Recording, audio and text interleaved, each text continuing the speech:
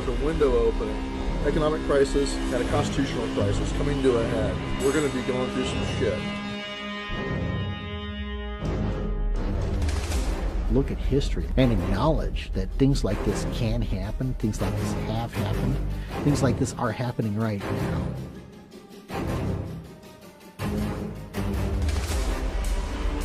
The gray state is a part of this Orwellian nightmare that's being set up. Their vision for what's next is a global Fed and even more power. The potential complete collapse of America, of a global economy. One world government. New world order. It's real. A lot of people are realizing it, and more people are going to have to. You are a slave. The system is failing us, and the bottom line is that something has to be done. This is an empire in decline. If we don't do something drastic to put the federal government in check, we're going to be doing things the hard way with a violent collapse. We are already beginning to fall to the gray state. We're already halfway there. This is the path we're already on. Civil war is staring us in the face. Trends like the slow yielding of our quiet American towns to a choking array of federal surveillance grids, illegal police checkpoints, and literal foreign occupation. That is exactly the kind of abuse of power that led to the first American Revolution.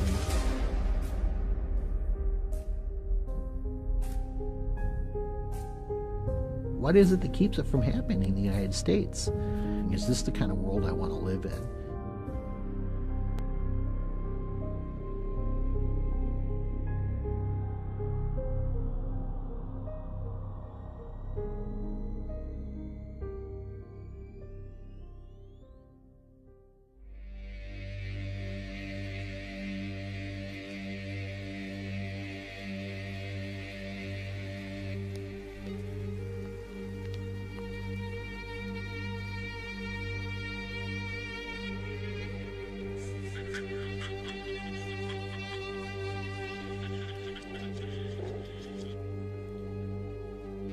The gray state is a symptom. The disease is statism.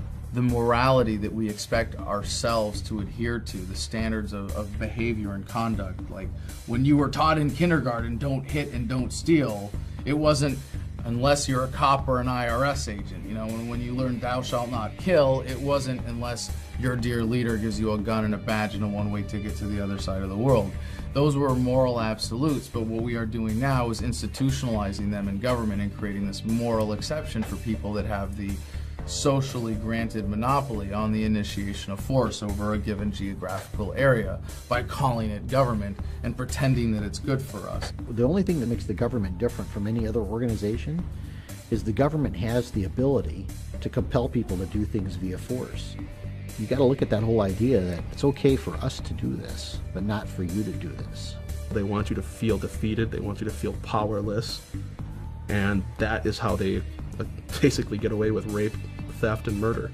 It's like massive Stockholm Syndrome. We see it every day. We see it in the news. We see it on headlines, but people still don't acknowledge it. We are already living in a world where government has become a detriment to human liberty by any measure. It's such an obvious level.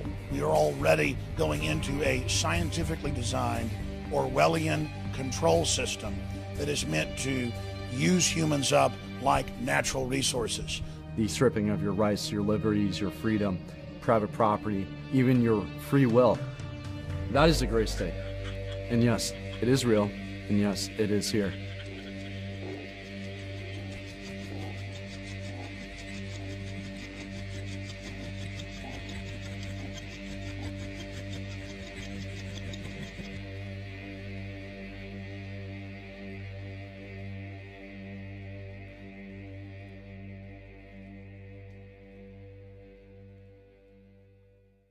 Jewel Beat. The free enterprise system is based off 5 features: economic freedom, incentives, competition, voluntary exchange, and private property. Basically, we believe as free market economists that people have a right to private property, that prices are driven from the market, people that are buying and selling goods and services. Whereas a socialist system doesn't have those features. Then you talk more about public property and what can the state control versus what can the individual control. If I buy something from you, it's because I value your product product more than my money, and you are going to value that money more than that product. And we both benefit. Anytime you introduce force into that equation in any form, you subtract from humanity's potential to reach that ideal of prosperity and progress. You can't force someone by law to buy something. Otherwise, voluntary exchange doesn't exist. You can see that with Obamacare, different mandates for consumers to purchase various goods and services. So that is a progression towards socialism. You're mandated to purchase certain items from the state. Individual people can do much better in bringing up an entire economic society by themselves and not being ordered to do certain things. Command economies, that sort of thing. That's why all command economies essentially fail. That's what they did in Europe. You couldn't keep the benefits of your own labor, your own hard work and sweat. It would be confiscated by some corporate entity that had control over the monetary system. We had a nation of producers. We had a nation of people who were free to innovate and create and then be allowed to reap the benefits of that creativity. If you invented the television set, the state's not going to come in and say, we're confiscating that from you for the public good. You were then allowed to market it. It generated wealth, savings of money. You had more and more local hardware stores competing against each other. When you have greater competition, you have reduction in prices. Obviously, the people who can provide the highest quality product, the lowest price, are going to win out. Those who cannot will fail. That's what a free market is. It's the freedom to succeed and fail. It's a simple fact of the superiority of using persuasion to get people to do what you want to do, as opposed to saying, well, I'm scared and I don't trust you and I'm going to just have someone with government put a gun to your head and do what I want you to do. When people give money to Bill Gates or Sam Walton, he's not taking it from them. They're getting something in return. They're getting a service. They're getting a product. There is an organization out there that does take the money from you, and that's the government. If you live in the United States and you work in the United States, you fall under our jurisdiction. Does that mean that everyone in North America is a slave to your company? I don't work for a company. You work for the IRS. Is everyone a slave to the IRS? I believe that I do have jurisdiction. I believe it is valid. I believe I do have those rights, yes. Okay, but you can't, by your own admission, answer a question regarding evidence to actually prove that there's jurisdiction. Right, just so you have faith to answer those questions. So you have faith that you have jurisdiction. You don't have any actual evidence, and you're not qualified to determine if there is evidence to back that assertion up. Correct. Blind faith. That's really impressive when you're talking about other people's property and other people's lives. To have blind faith in a violent, aggressive system. You don't have a choice about whether or not you can do business with the government. If you don't want to use our services, that's fine, but you're still going to pay for those services. If you don't have kids, you're still going to pay for public school. If you're not sick, you're still going to pay for health care. And if you don't pay, we're going to send people with guns to take your money and take your house and take you. The feudal era, you had a feudal king or lord who would claim half of your crops in exchange for protection. And because the peasants didn't know any better, they could get away with that scam. Hey, give me $20 or I'll shoot you or I'll throw you in prison, which is, what taxes are. No one pays taxes because they want to. Taxes are collected at the barrel of a gun. All laws are enforced at the barrel of a gun. Now, the facade of statism has to include them throwing us a lot of bones. When a farmer will provide health care for his livestock in the same way that a government wants to keep the tax cows healthy and productive. They bribe us with our own money. They tax us, and then they take that money and they push it back out. What they hope we don't notice is they take that money from us in the first place. Without the income tax, America historically became the wealthiest country on earth because it goes back to the benefits of a savings-based economy where you're able to accumulate savings and you're not forced to turn it over to a governing authority to redistribute as it sees fit. If you have a business, you're supposed to file as your business expense, your business accounts, nonprofits, everything else. But you as an individual, there's no law stating that you have to file taxes on your income.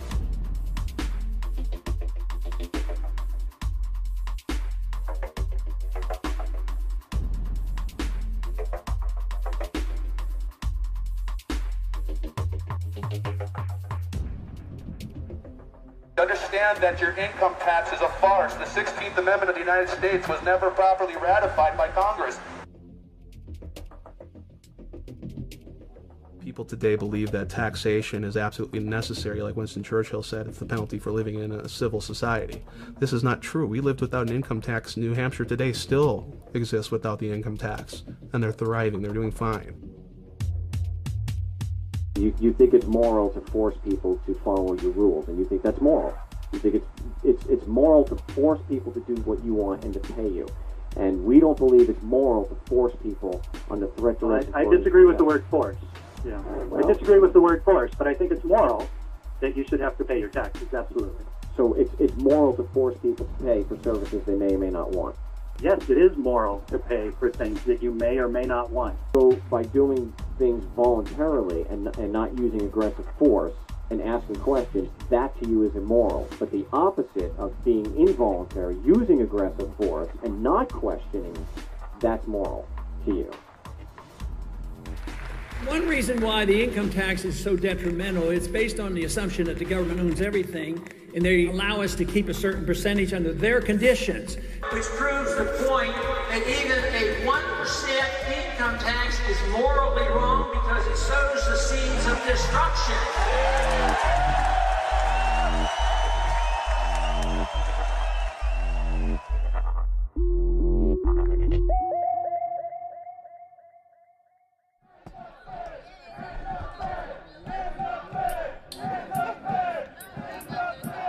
The gray state is a symptom of the step backwards of statism that we're experiencing right now. 2 steps forward, 1 step backwards is the course of human progress. And I can look back and say, well, we started the major step backward in 1913 that was the Federal Reserve.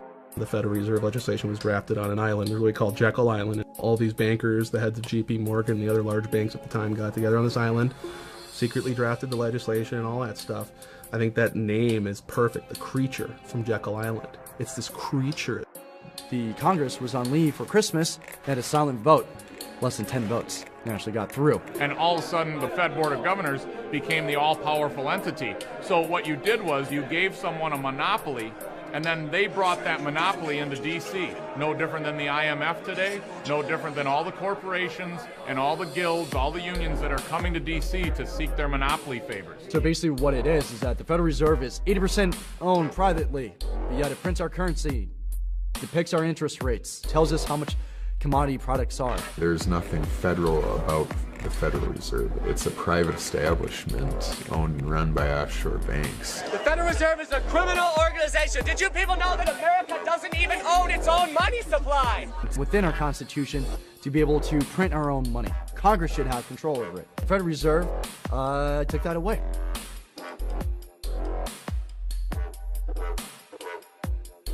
This private central authority is going to loan money to your government at interest, so they make money off that debt. And then the federal government pays them back plus interest via taxation. And basically it prints false money, money out of thin air. I look at it as the age-old struggle of the philosopher's stone, where we used to try and find a way back in the old days to create gold, which was money and always has been money, out of lead, and they never could figure out a way to do it. So it's sort of like the rapture occurred when they realized we can substitute gold with paper money, which we can create infinitely at a very low cost. When they want to spend more than they make off the revenue from the people, that's where they borrow money from the Federal Reserve. Basically open a credit card. So this debt is only valid so far as our public is able to cover that debt based upon our level of income taxes. Federal income taxes does one thing, and that's it. When you pay taxes on your income, that goes directly to the Federal Reserve to pay interest on the debt that they create. Anybody not understand that? Anything they cannot pay for via taxation, they turn on the printing presses. At this point, it's analogous to a Mickey Mantle rookie baseball card. You give some governing authority the right to create photocopies of this, pass them off, it's the same thing. What's going to happen to the existing value of all other Mickey Mantle signed rookie cards in good condition? Well, they used to be rare, so they had value. Now they eliminated demand. They took us off the gold standard. They took us off the oil standard. Oil is now traded in euros and other currencies, so there's not as much incentive to invest in the United States. And now they're increasing the supply. So you have declining demand and you have greater supply. Many a country has tried this in the past. It ends up badly. You can't just print money and say it's worth something. That's only going to work for so long. What gives our paper its value is its world reserve status. Every currency on earth is backed to some degree or some percentage by US dollars. What used to give that value was that it was backed by something else of value. In our case, we had the highest gold reserves of any country on earth. We had an agreement under Bretton Woods with Saudi Arabia and OPEC, the oil and petroleum exporting nations of the world, that their oil would only be traded exclusively in US dollars. Every other country on earth had to buy US treasuries and convert their currency to US dollars to get oil, which every economy needs to function, of course. That was the key to our prosperity in the early days. It's an illusion, it's a mass delusion to say that a Northern Ireland pound has intrinsic value. It's only valuable if somebody takes it. And if you go try to spend that down in London, 9 times out of 10 people say, I don't want that. That's not real money. That's not a British pound. It's a symbolic representation of an exchange medium. And that's the beauty of gold, silver, and other commodities. They don't lose their value. It just is what it is. It discourages moral hazard and unnecessary risk. If you couldn't afford it, you didn't buy it. This was not poverty. This was responsibility.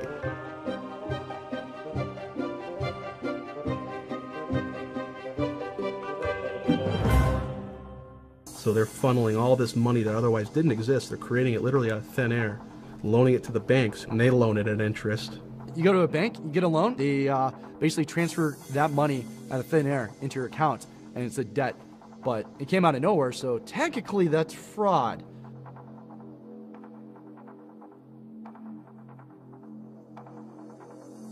Since the 1970s, we did not have the ability to cover our debts via taxation. It's not popular to raise taxes. You're not going to vote for the politician who does that because that gets old.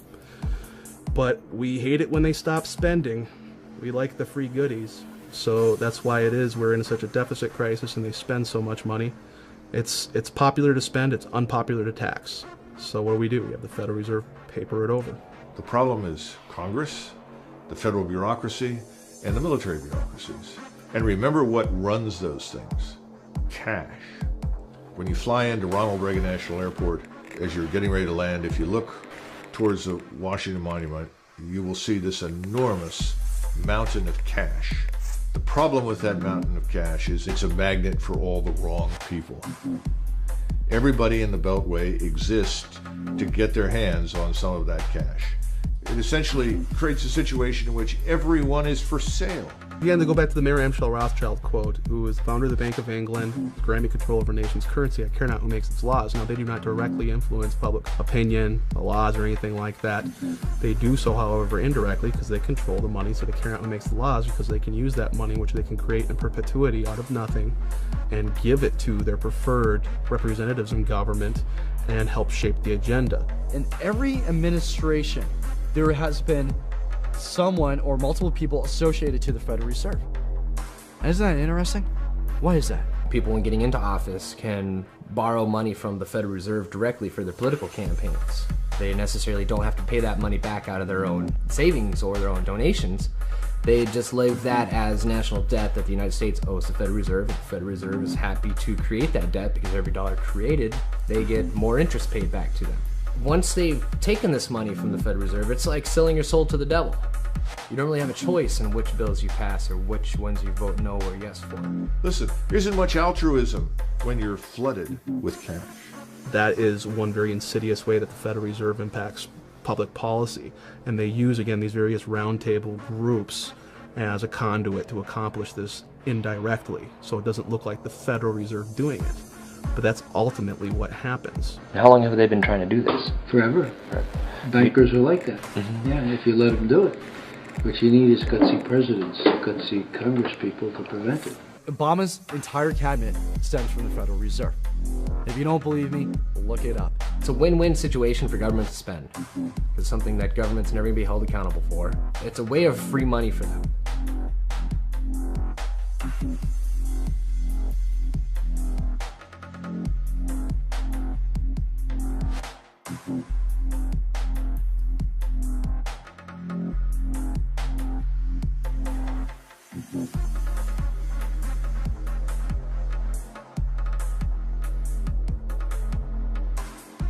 The elite use the banking and financial industries as a mode of control because either you're owned by them or you owe money to them. So either way, it's kind of like this leash of control around everybody. Today, if you create an invention, you're much less likely to run a company that employs people for very long, because you're going to have a very large bank or a very large corporate entity come in and simply buy your product. It essentially allows them to confiscate the creativity of you and I, of regular people. It allows them to not produce, to not achieve, to not create something of a great value that the public will demand and consume. They didn't have to do that themselves. All they had to do was control the monetary supply. And they can then buy up for pennies on the dollar, essentially, your creation, your innovation, and market it to the masses. And then they can siphon off millions in taxpayer dollars for having produced nothing.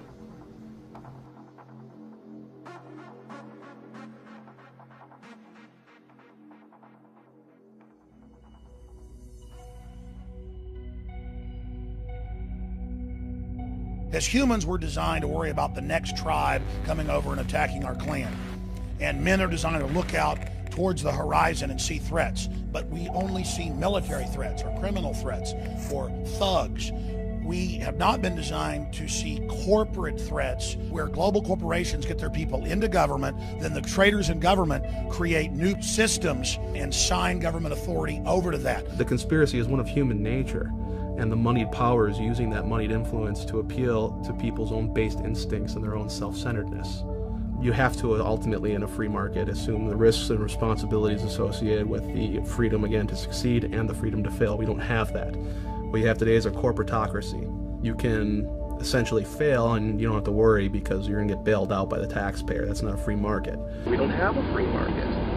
We have intertwined corporate interests, right? We have the hydra of these corporations that are addicted to cheap money, free credit, created by a privately owned corporation that monopolizes the creation of money. So the Federal Reserve is going to create Mickey Mantle baseball cards ad nauseum and infinitum. They're going to just print them out to cover all these bad debts that went wrong when Goldman Sachs, Federal Reserve shareholder, decided to sell a whole bunch of these securitized mortgages thanks to the repeal of Glass-Steagall to foreign investors all over the world. That went bad and they knew would go bad. The fraud element comes in, they knew they were going to go bad. So the Federal Reserve creates moral hazard again for these large banks by saying, don't worry, we'll paper it over. We are in the midst of a serious financial crisis, and the federal government is responding with decisive action. Over 700 points. Apple shares are just getting hammered. We're down by between 3 and 4.5%. A national rescue plan. $85 billion deal. The worst economic crisis facing the United States. There are going to be ominous consequences. We're in the last days of this country surviving. Supply urgently needed money so banks and other financial institutions can avoid collapse and resume lending. We bailed out the guys that created this mess. And those are the last people that should be bailed out. These people should be granted a free pass. Not passing a bill now would cost these Americans much more later. If it would have been a depression for the rich people, they would have gone bankrupt, and instead, they got the bailouts and we got the bankruptcy. People accepted it. People were like, yes, good. Well, at least we have jobs. At least the banks are okay, because that's where our money goes. And every time they manufacture a depression in the marketplace, they receive a bailout. Smaller competitors do not, so they can buy up the assets, again, the things of tangible, actual value from the productive people in the economy, and they're confiscating it on pennies on the dollar, because when you're liquidating in a Chapter 11 bankruptcy situation, you're going to take whatever you can get. Then Goldman Sachs, JP Morgan, Bank of America can swoop in, take control of all those assets. They didn't produce anything. They didn't make anyone's life better, but they're rolling in the dough, aren't they? The primary problems here is that there is an absolute unification of money and power and government, and you need to try, for the sake of sanity and liberty, to try and prize those things apart, because at the moment they are one. Is this triangle: corruption leads to secrecy and incompetence. It just breeds all this, and they just want to keep everything quiet. In the Roman period, they used to talk about bread and circuses as entertainment for quote-unquote the mob. Let's increase prosperity and standard of living. Everybody gets to drive a better car. Everybody gets to live in a nicer home. And what we really want people to do is go to the mall and shop and be entertained. They've been very successful in turning the body of the American population into sedated consumers. Well, you can only sedate the consumer so long. When the consumer runs out of his ability to consume, when he suddenly wakes up and recognizes that what he thought he had, he doesn't, the money he thought he had is gone, the wealth he was promised is vanished, that's when the game is up.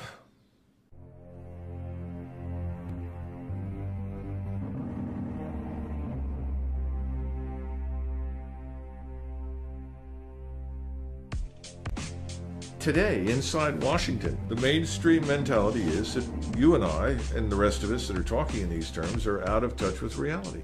They cannot begin to comprehend what you and I are discussing today, and I think that's very important for your viewers to understand.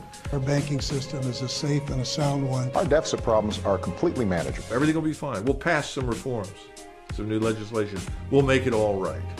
Part of the scam of government by printing money, by borrowing money. We don't have to tax people directly.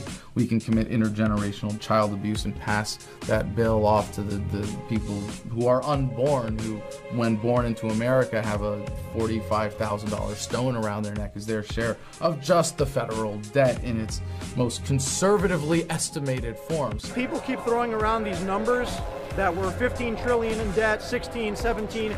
Those are all old numbers. It came out in Bloomberg Financial and other news outlets that under Obama's administration, in the first 2 years, over 23.7 trillion is missing. And those are old numbers, and that's on top of all the missing trillion from Bush. You had $1 million and you started counting one at a time. It would take you 11 and a half days to get to 1 million. If you were going to count to $1 billion, it would take you 31.7 years. In 1 trillion seconds, it's 31,700 years. That's the difference between a million, a billion, and a trillion. So a million seconds ago, 11 and a half days ago, a billion seconds ago, 1980, a trillion seconds ago, 29,688 BC. The way Bush has done it over the last 8 years is to take out a credit card from the Bank of China in the name of our children, driving up our national debt. Raising the debt ceiling, which has been done over 100 times, does not increase our debt. We have now seen our national debt go to the tune of $211 trillion if you consider all the government guarantees to workers for their retirements and their pensions, etc. We're at a point now where if you were to tax the American public to the tune of 100% of their income for the next 20 years, you wouldn't put a dent in the interest. And we see the economy falling apart. And before, people said, you know, I can't really believe that this is all by design. How do just tens of trillions of dollars go missing, and then Ben Bernanke, the Fed chairman, just laughs at congressmen and senators when they ask him, hey, where's the missing trillions? Some of the heads who were in charge of the accounting said, we just don't know where it went. When everybody's struggling in this economy, Ben Bernanke's out celebrating at this huge gala event with all these rich, elite, powerful people, and meanwhile there's children starving. What'd you do at the 2008 Bilderberg meeting? I'm not doing any press today. For people in high office and high places, there is no accountability. And they like that. And it's a wonderful situation to be in. Never having to answer for what you've done.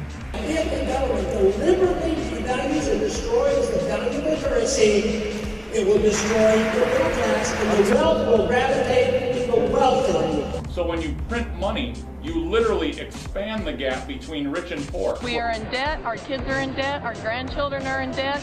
It is time to stop. When the United States defaults on its debt, which it will, to the Federal Reserve. It's not a question if, it's a question when. Each citizen has been placed on collateral, which is a social security number. So that means when it defaults on the debt, it's going to go to its collateral, which is you and me. So first of all, when you're born, you're enslaved. Look at your identifications. Your name is all in capitals. It means you're a corporation. That's your serial number. That's your ticket number. Everybody's given one of these when you were born. Okay? That's your PIN number, meaning that you're going to pay interest to the Federal Reserve System, you know, as you grow up and get older, because the Federal Reserve borrows against us as debtors. This, proven the fact that you're a number. Politicians in the New World Order. Who's the one to blame when your euros worth a quarter? Bankers, politicians are the middle. And if I recall, back in 2009, I think it was, they said that people with incomes are a threat to their agenda. It seems to me that they want to make sure that the people don't have any money to fight back, just even the little crumbs. We have pulled this economy back from the brink. There is no recovery. Everyone is going to feel this, even if they're not feeling it now. Well, the thing that my baseball coach as a child taught me the most is that in life you are going to lose. We can't have a society of winners. There's not that many college students in the world, right? I get up and I work every day for family and generations after me. I just don't know what their lives are going to be like. You know, that's my biggest fear, is what are we all going to pay for 50 years from now? Our deficits are to such a degree that when you cannot cover it via taxation, no one's willing to loan you money anymore. And that's what we've been doing. We've been borrowing our way to financial prosperity from foreign central banks. And they won't lend to us anymore because they know mathematically we cannot pay it back via taxation. Bottom line, that's what this is about. They're just creating money, they're devaluing it, and there's no alternative. The direction we're going in right now is debt and dependency. You understand the principles of the debt super cycle. And eventually that super cycle comes to an end because you can only print and borrow so much money. You've seen the dot-com bubble, you've seen the housing bubble, and if you understand the Austrian school, we're already building that next bubble. The U.S. Treasury bond is the largest bubble out there, bigger than the credit card and the education bubble. It's several times bigger, and they're going to discover this unfortunate fact very painfully. And what happens then in times of economic crises is you go back to the world reserve currency, you buy up U.S. Treasury bills because it's a store of value. What's happening today is you're seeing that panicked flight to safety into the U.S. dollar. The dollar is not going up in value. It's still very gradually going down in value. All it's going to take for us to crumble financially is for the world leaders to drop the dollar. They can dump that on our market at any time. Create overnight hyperinflation. It means all commerce shuts down. Well, if you know that in 6 months your dollars are going to lose 20% of the value, you're not going to hold on to them and save them, which is what we depend upon. You're sure as hell not going to back your currency by them. You're going to buy shit up while the buying's good. You see it now. You got China out buying up infrastructure all over the United States, Russia doing the same thing. So they're taking these worthless US dollars and they're buying up this country. And then there'll be a flight to safety in commodities, gold, silver, etc., to save what you have left. So essentially, at some point, all of the world's banks are going to dump dollars, and those dollars are going to start chasing goods and services. And as the means of production becomes more and more handicapped by government intervention, more and more regulation, less people are going to invest, the whole thing falls apart. Now, look at the news. You see this is happening right now. The smartest minds in the world are saying these bonds are cooked. We've had it. The rally is over. The long-awaited bond apocalypse is happening, and I think it is happening in the next month, 2 months, 3 months. It's happening now. So, what is real wealth? Is it in a paper currency again? No, that's just paper. It's kindling, it's something to write on, something to wipe your backside with. What does that paper get you? Goods and services. What does a bank confiscate? Do they come after your paper? No, they come after your house. They come after your cars. They come after the actual goods and services that had the value to begin with. And that's why everyone who's inside the Beltway is so desperate to convince everyone it won't happen. Because there is no way to avoid it anymore. The economy is going to be okay. Keep them working because you don't want to create pandemonium. Start getting the people too scared about what's going on and start fearing the government, then they're going to have a revolution. They can't have that. They want to keep it on the tipping point where they have control. They're going to use our own money to enslave us and collapse the monetary system at the same time, because again, every currency on earth is backed by US dollars. If there's nothing to replace it, you only have chaos. In June of 1929, Mr. Mellon, who was the Secretary of the Treasury, told the American people that they lived in an era of unbroken prosperity, that they had nothing to fear. At the same time, he was liquidating all of his investments in the market. He was putting everything into cash and gold. He wasn't alone. Mr. Geithner recently made the statement that our banks are solvent, that there is no issue. We have nothing to be concerned about. Nothing could be further from the truth.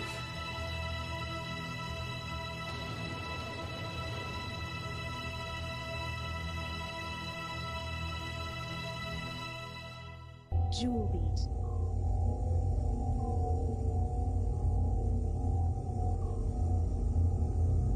Jewel beat.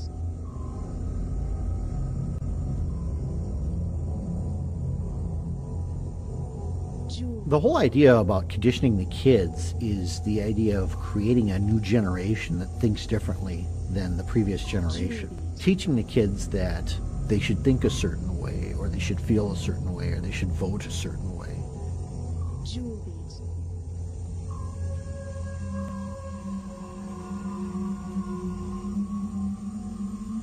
In the late 1800s, you have the emergence of psychology, the study of psychology, how people think and how people can specifically be manipulated.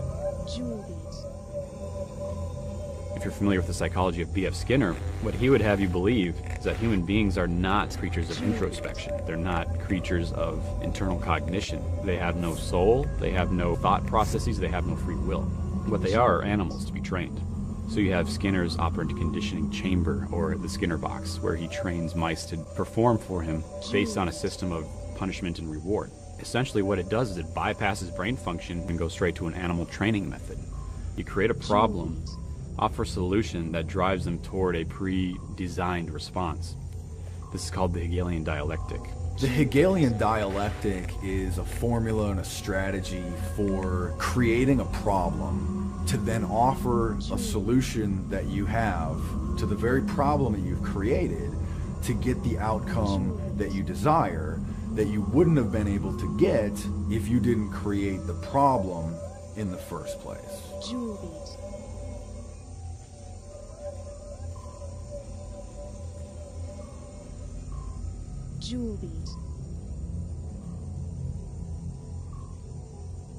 The Hegelian social theory was adopted by Lenin, by Marx, and it was applied politically in the form of communism and socialism. The German psychologist Wilhelm Wundt, he is the first one to apply it to education. For 85% of the American population, what is school supposed to do? Provide a path to employment and good citizenship.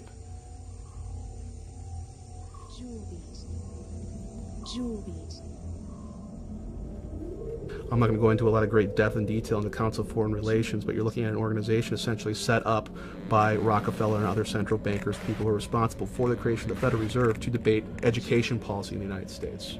It used to be that education was run by the states. Today you have funding and financing taking place with the federal government, whereby if public schooling systems don't do what they want, they get their funding cut. The Reese Foundation, the Ford Foundation, the Carnegie Foundation, and the Rockefeller Foundation, all these major foundations that can actually give American taxpayer subsidized grants to individuals who do things according to their criteria. A tax credit is when you get to keep your money because of some reason.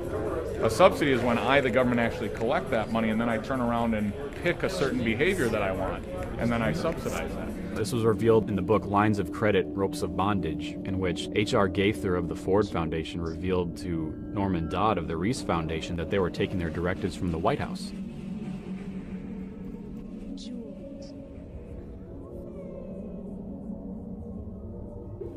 The American education system is a combination of Hegelian social theory and experimental psychology. They destroy things like competition between students, because if they tell you there's no competition, there's no reason to exceed. There's no reason to excel. There's no incentive for upward mobility. There's animal training for the workforce. So you have to attack the families. You have to say parents aren't fit to be parents. So the state has to come in and control that. And then you have to control what the children are eating, what they're being fed, what they're being taught, what they're watching. Because you have to begin to set up the generation gaps. And that's the whole idea behind working with the kids and dealing with our kids, this concept of in loco parentis, that the school is the parents when the parents are not there. Most people are too busy working the 9 to 5, and now that 9 to 5 is turning into 9 to 9 to be able to just survive, crippling the amount of time we have to transfer knowledge and information to our children, our young. So by making sure both parents are away from the children at work, they can guarantee that the social environment of school, preschool, daycare is going to be able to give the children the knowledge that they want to. And what you have is the degradation of the individual, you have the promotion of the state, and you have the elimination of the middle class. Now, under this operant conditioning from Skinner, and under a system of reward and punishment, the only thing you learn is how not to get punished and how to achieve your reward. You're not going to come away from this system thinking, I'm going to stand up for something because it's right. You're going to do it because there's either reward or consequence involved. They're being trained to enter the workforce as a valueless cog in the state.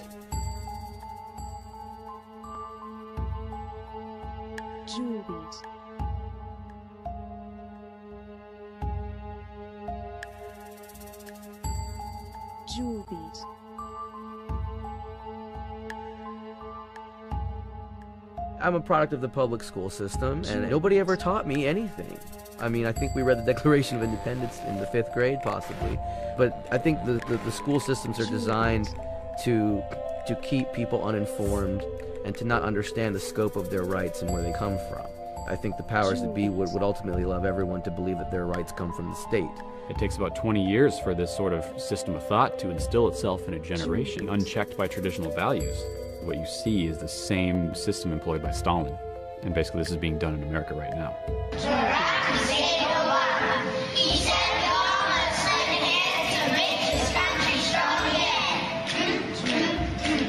We're developing them to not question authority. We're developing them to be entitled, that the government will take care of them from cradle to grave.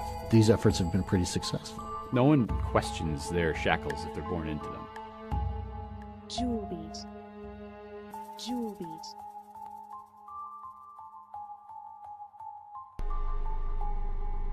We have whole generations of kids that are being raised to not think like free people, to think like slaves, to think like they don't have self-determination. The state's goal is to get your children to turn against you in the name of the state, and that's where we are shifting now.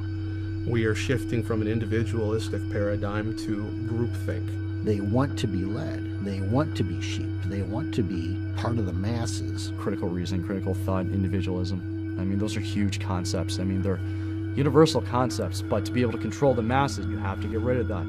Because if you don't, you can't control those people. It's the alleviation of personal responsibility because the experts are in control. Let them handle it.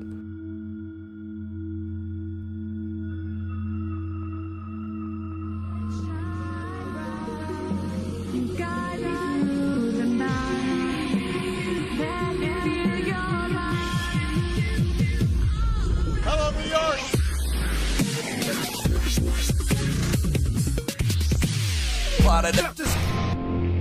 I love USA! USA! Political parties shouldn't exist.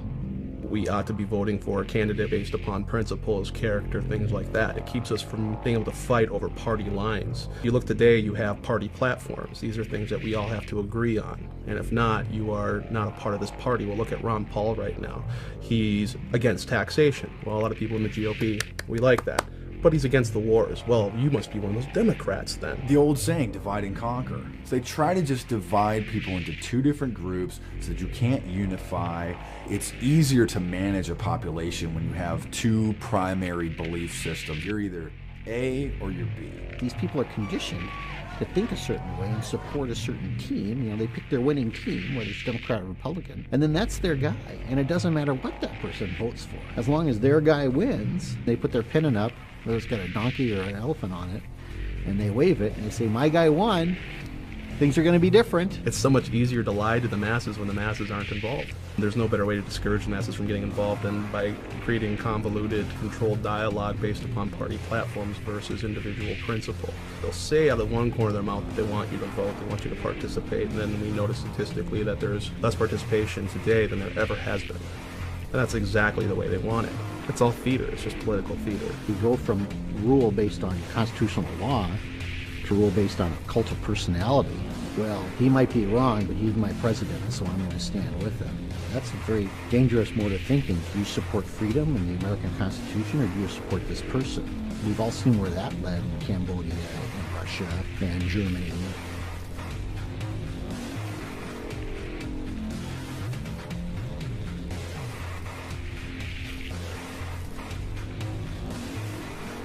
Bush and Cheney. Everybody's got to obey the laws, including the president and vice president. Vote for Democrats. Obama, yeah. Woo!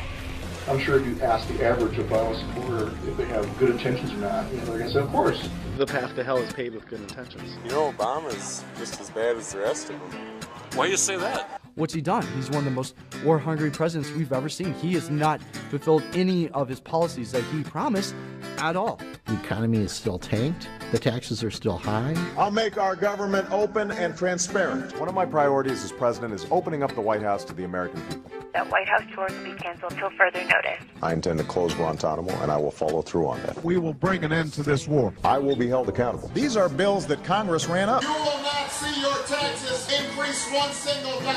Cut the deficit we inherited by half. If I don't have this done in 3 years, then there's going to be a one-term proposition. If you had a spouse who broke their promise 95% of the time, you'd get a divorce. This is all fact, but people still support him. Obama's name is in the Bible. I prayed and I believe that God picked the right president. Randall, can you think your The Obamanoids. You're going to have 20 to 25% of the American public who will always support Obama no matter what he does because their own ego is on the line and they won't admit it. Actually, those are not facts. What you just stated, those wasn't facts. Everybody's happy to re-elect President Obama! Yeah! What's your favorite thing about President Obama? I could list a million different reasons. It's truthful. He's for public education, and he wants to restore it back to where it belongs. Yes, everybody in Cleveland, low minority, got Obama phone. Keep Obama in president, you know? He gave us a phone. Healthcare. Healthcare, yeah. Healthcare. His public speaking skills are immaculate. Yeah. He's so smart, he was funny, he was captivating.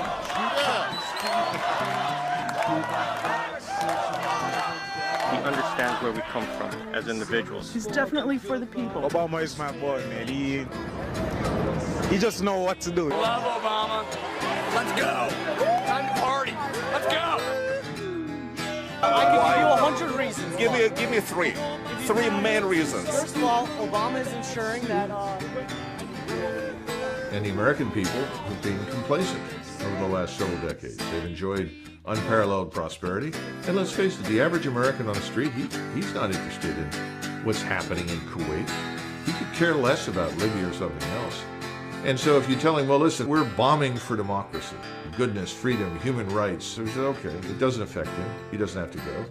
Children don't have to go. There doesn't appear to be any risk to him. Now that's changing. He's done everything Bush did, but more.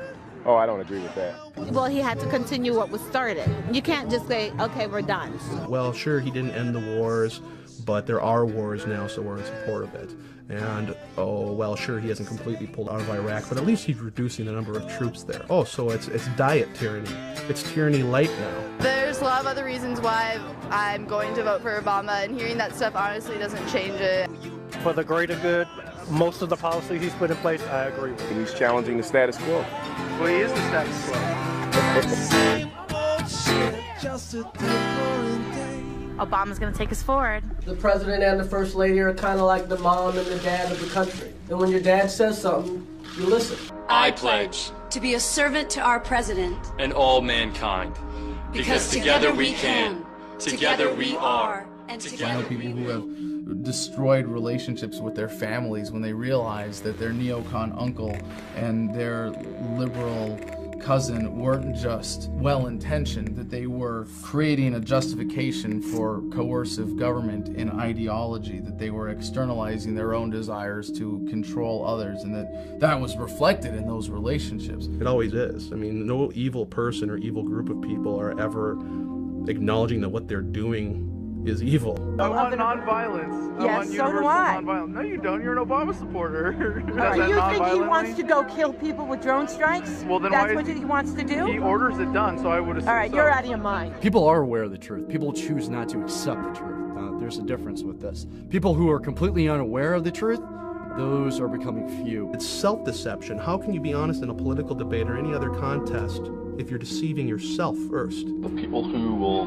just do what the party wants and do what they're told and vote the way they're told, and they just keep voting for the machine. After a certain point, there's no more deniability. They can't say, oh, I didn't know, or I didn't understand.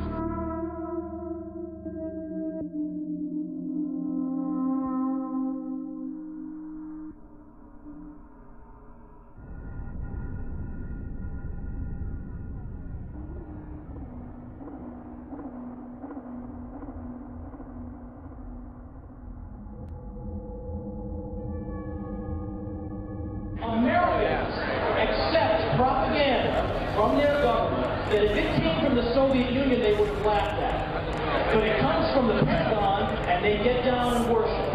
They go around looking for ways to defend the propaganda.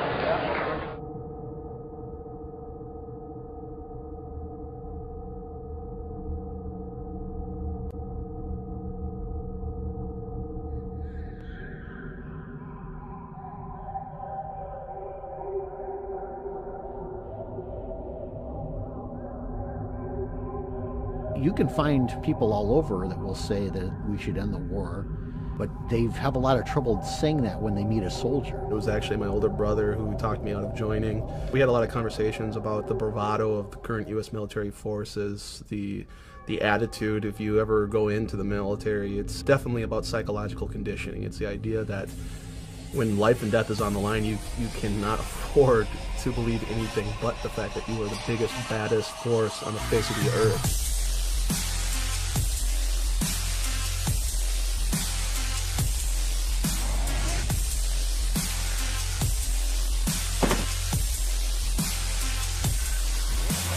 It's like they say, you know, yeah, I walk through the valley of the shadow of death, I shall fear no evil, because I'm the meanest motherfucker in the valley.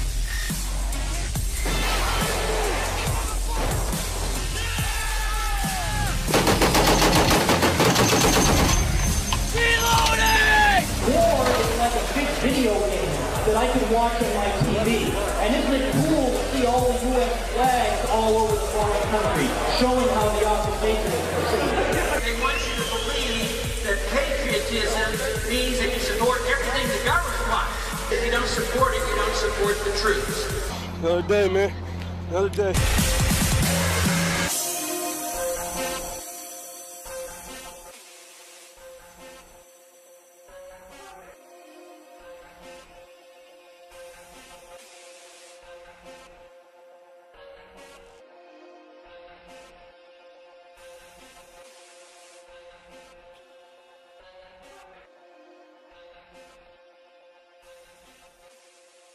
So we condition them, and we convince them that their cause is just, and that their enemy is subhuman and not worthy of living.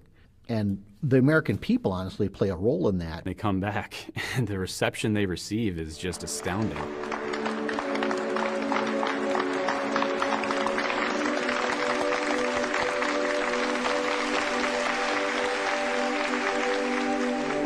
Brave soldiers that come from a combat zone defending our freedoms. Let's give them a round of applause. Who wouldn't buy into that, really?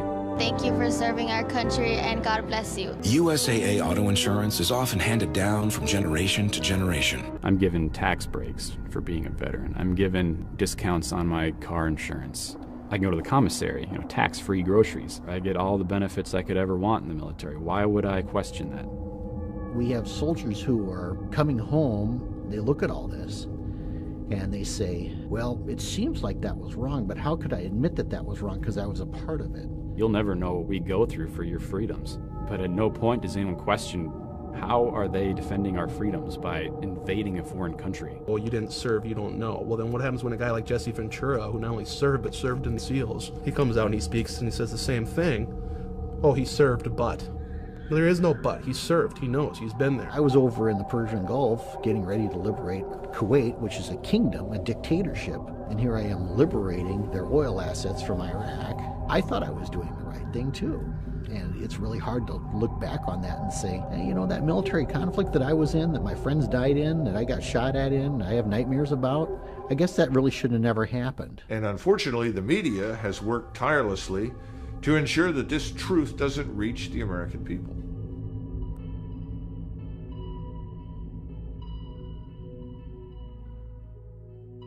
In the past, we had the media to watch the government and keep them in line and ask the tough questions. You all remember those clips in the old days, the black and white, and you'd see the news guys with the fedoras, yeah. They'd always go up and they'd be in people's face with the big flash bulbs, you know, Senator, this happened. You'd always hear, you know, politicians being held accountable and they're always being asked questions, and you don't see that anymore. Leaders have found a way to cull the masses into their own ideal sets.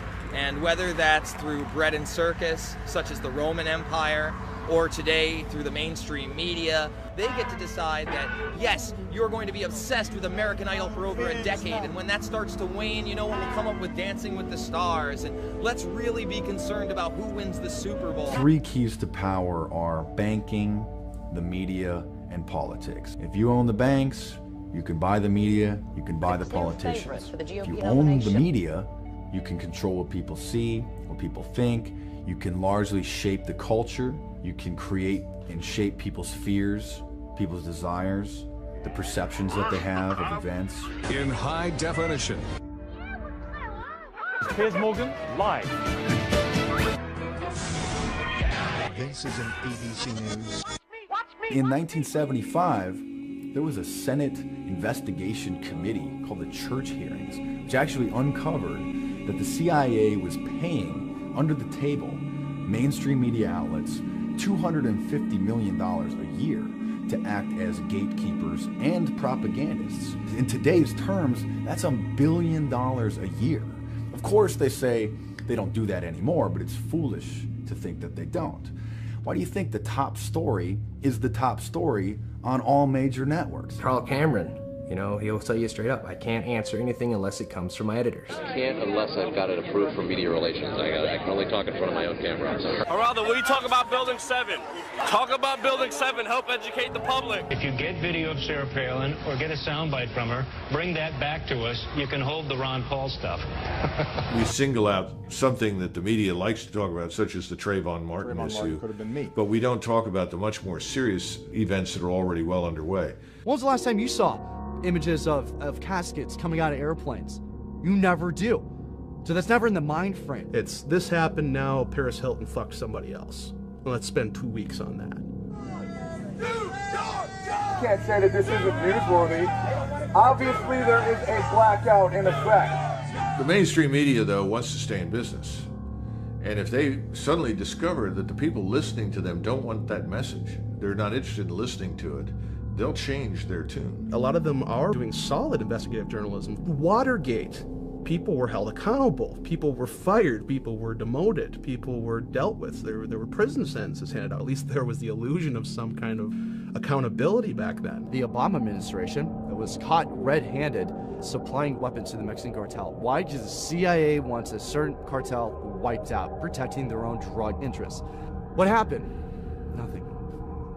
The American citizenry now, like you've said, Fast and the Furious, they've done a great job. We just don't give a shit. First of all, I think that they shouldn't give us too much information, because anything that you and I can watch on television, our enemies can watch. Really, it's better to not say too much. Don't worry about it. You know, go back to sleep. It's amazing. The mainstream media can actually do its job, and it doesn't matter. The American public is now in a state of apathy, almost a state of numbness. And that's what I see, is like this is an entire country of people who are turning against the truth.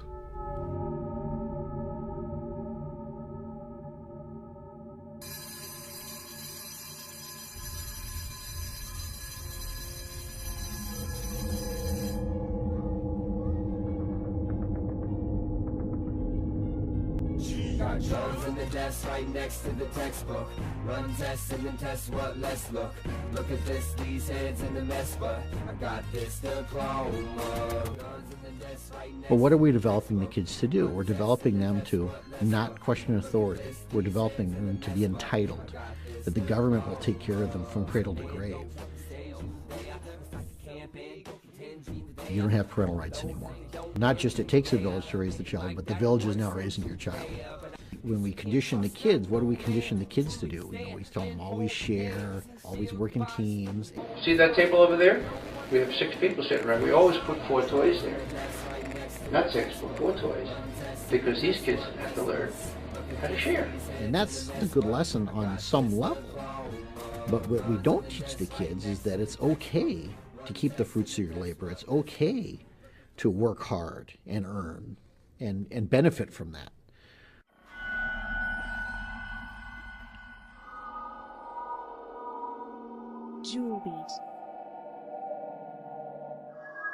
The thing about wealth is not a zero-sum game.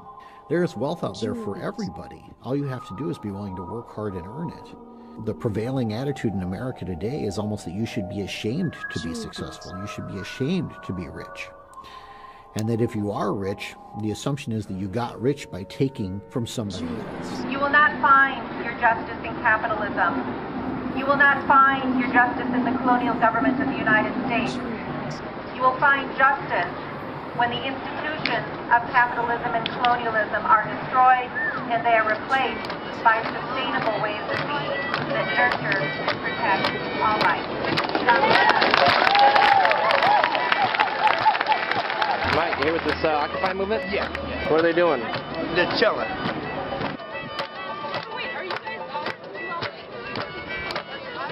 Capitalism is people with a lot of capital who want to make profit. I don't have to look it up. I know it. The rich, they keep getting richer. The poor man, he stays poor. The rich man, he does.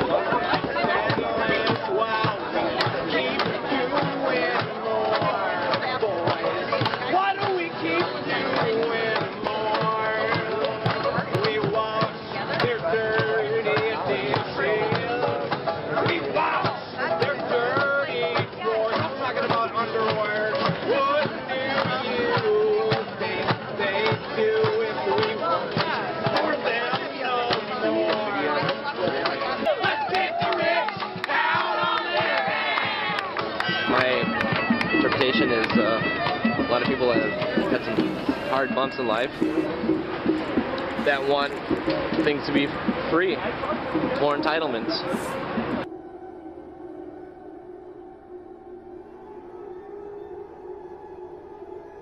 What people are calling for in Occupy Wall Street is like, well, goddamn it, government, you need to do something. This is why we're losing all of our rights to too many people that are being dependent upon the system. We want to get all the free stuff. Where is my free stuff at? Nobody wants to hear this, do they? Getting my school loans paid for, getting my rent paid for, my food paid for. It needs to be what we can do for ourselves. I won't put this damn mic down once you all turn our country into a socialist society and take away my right to speak. Choose to be complacent or ignorant, and that's fine. That's your right, too. This is how you disperse a protest movement. We have to ask a couple basic questions. The first basic question, what should the role of government be? Should the role of government be there to run the entitlement system? Should we believe this story that entitlements are rights? Yes, there's always an appetite for big government. There's always this temptation of getting something for free. And there's always the motivation, well, we'll help the poor people. You want to give free food, free medical care, free education, free houses, and everything will be okay. The lie at the core of collectivism is that it is all for the good of the collective. Once they get you to swallow that lie, any other lie they tell in service of that is not a lie. Orwell nailed it, freedom is slavery. And a lot of the people out there in activism are embracing big government. They think that big government should be used for our benefit, that they can use it for our benefit. And the argument being, again, that you can't.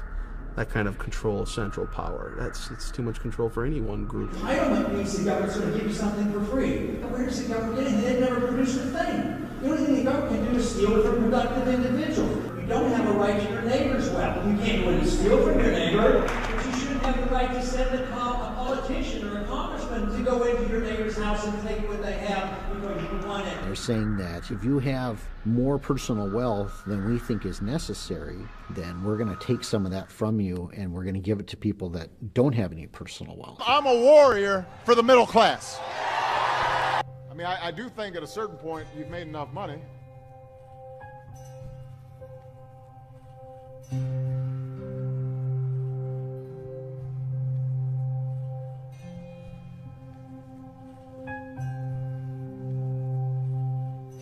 Those who grab the moral high ground and say that we're going to take care of the poor, what do?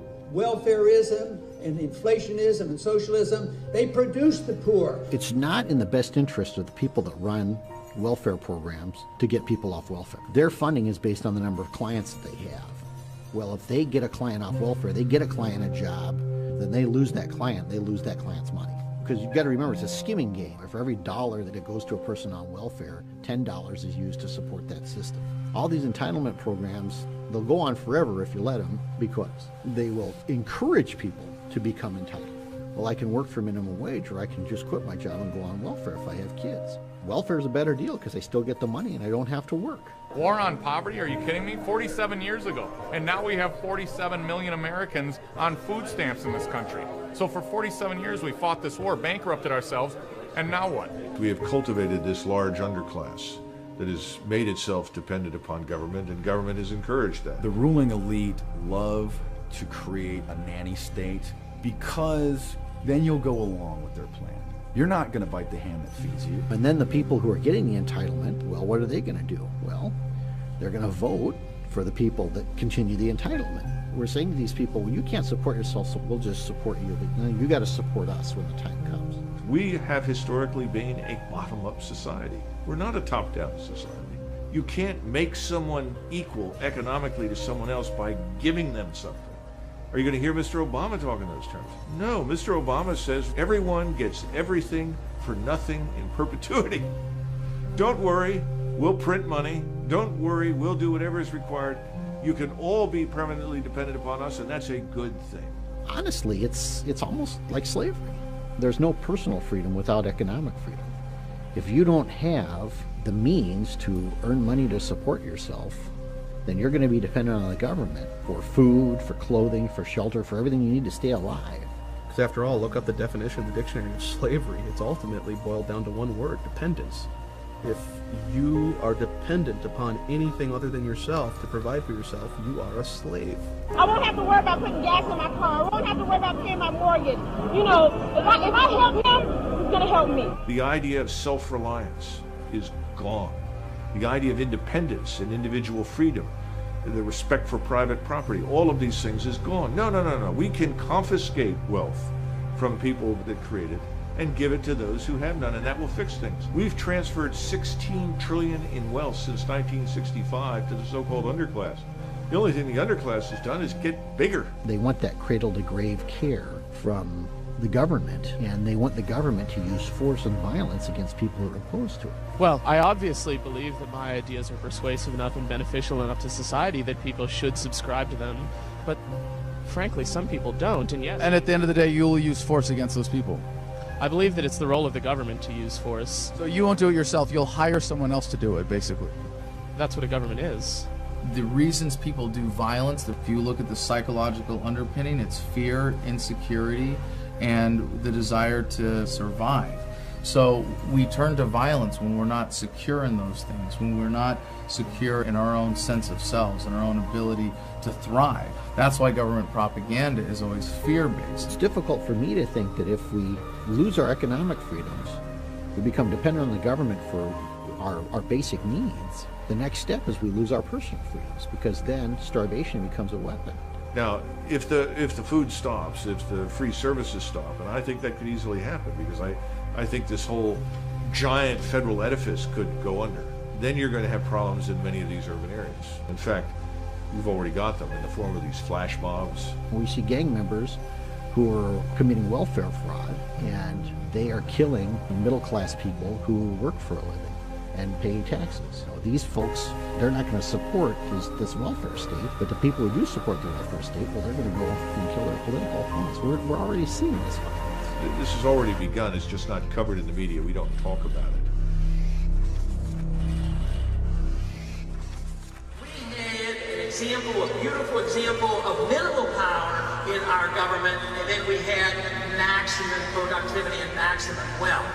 But today we think too much of the wealth and believe that government provides this, rather than understanding that wealth and prosperity comes from freedom and productivity and not from the government. When we had a freer market and sounder money and limited government, the middle class in this country was the largest middle class in the history of the world, and it was the wealthiest middle class in the world. Madison said it very well. The purpose of government is to protect the unequal distribution of wealth. Mr. Obama wants to destroy that unequal distribution forcibly. Personal responsibility, self-sufficiency, independence, all these things. You can't have that without recognized individualism. Individualism is now being demonized. You're selfish if you're an individual. You need to be thinking about the whole, the needs of the whole. Well, of course we do. We all do. And we discussed 250 plus years ago that the best way to go about this is by securing individual rights. But you can use the needs of the whole as justification for all manner of tyranny. If you're looking for a leader, you're going to get a master, and you fucking deserve one. The most ancient divide in politics remains to this day the fundamental divide. The legalists, as they were called, they were chiefly the people in the governing class, just as they are today. And we would call them totalitarian, who believe that every aspect of our lives should be dictated and ruled and pushed around by government. Instead of a political continuum being a line from left to right, it was really a circle. And that all political systems had to be judged by the amount of bodies that they stacked up. At the bottom of the circle, cheek by jowl, was communism, Nazism. Moving up the scale, you had socialism, fascism, all of the various collectivisms that subordinate the individual. And at the top was the constitutional republic of the United States. Free man, free markets, rule of law, ordered liberty. What the Chinese used to call the Confucians, the libertarians, the live and let live brigade, the free marketeers, the small government men, the small tax. Us. This is a country of individuals. What sets us apart from Western Europe around the time of the founding of this nation is that you already had socialism already in Europe. It just had different names. You know, whether you call it socialism, communism, monarchy, the end result is the same. A small oligarchy of people are in control.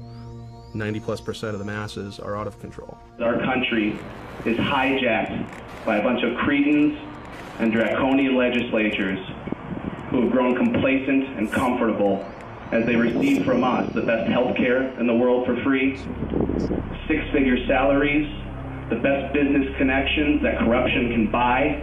Our government's supposed to be, well, first of all, transparent, but also should be doing our will. They're just our representatives. They don't respect the Constitution, nor do they respect the will of the people, nor do they respect, the principle of the sovereigns, knowing what they're doing. So they presume that they're somehow, the appointed elite. They believe they were born with spurs on their feet, and the rest of us were born with saddles on our backs to be ridden.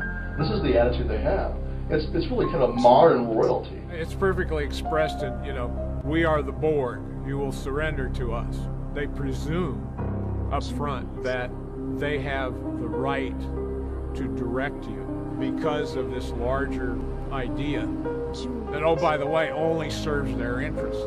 That's the big lie of collectivism, because it isn't even about collective. It's about personal power of the people who direct the collective. They hate the idea that ordinary smelly people should be allowed to have a say, when government should, in their view, be in the hands of the great and the good who deserve to exercise it. A new aristocracy of blackguards.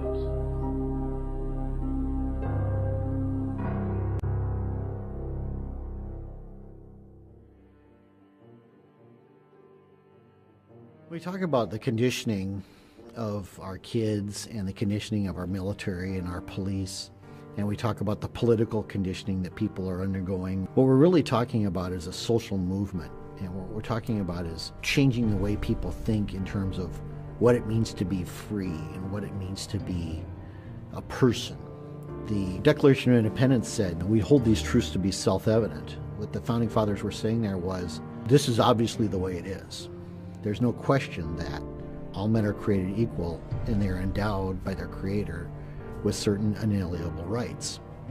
What they're saying there is that, plain and simple, by the nature of being a human being, you simply are allowed to be free, to have life, liberty, and the pursuit of happiness. That might be one of the reasons the Constitution is not taught in our public schools, because if we raise up a new generation of individuals, they might realize that this whole system of government is unconstitutional. We shouldn't have it. This document is the only thing that's going to save us, and if Barack Obama refuses to follow it, as he has demonstrated time and time again, nothing's going to change, folks. If you get enough generations that come up under this system, and they just keep injecting more and more and more of the tired old world saga of collectivism into the minds of the youth, then this is where you end up. Capitalism, people prosper. Socialism, people die. Millions. No. Lady, I was born in USSR. I lived there for 29 years. Really? Millions of people dead, and this is one of the mass murderers. Murdering people left and right. Really? You don't think so? You're an exile. Really? You're one of the rich people they threw out of the country because you were robbing the people. Everybody was equal. That's true. Everybody was equally miserable and poor. If you live under a dictatorship, a communistic dictatorship, of course you're not gonna love it. Nobody loves it. They didn't let people leave. Right, yeah. They killed people. They literally shot and killed people who try to leave home. They used to give you cards, like stamps, like food stamps. And you used to go in the store and you had no choice of what to buy. And they always tell me, you're spoiled. You get all these gifts for Christmas. Right. For Christmas, we got meat. They would grow wheat, they'd grow corn, and then they would turn it all into the collective, and they expected to get something back. Well, the quotas were too high. They didn't get anything back. So you literally had people growing their own food, turning over to the government, and then starving to death. You have rationing of food in any controlled economy. They reduced the people to utter dependency, and that's how the Soviet Union had their way with people for decades. And people died. Thousands of people died. Well, my dad, put his whole life on the line to come here, because he saw it as a beacon of freedom. He saw it the complete opposite of what he was living under in Poland. That was his major goal, is to get away where I could have an opportunity to live my life in freedom and not be ruled by, you know, the elites.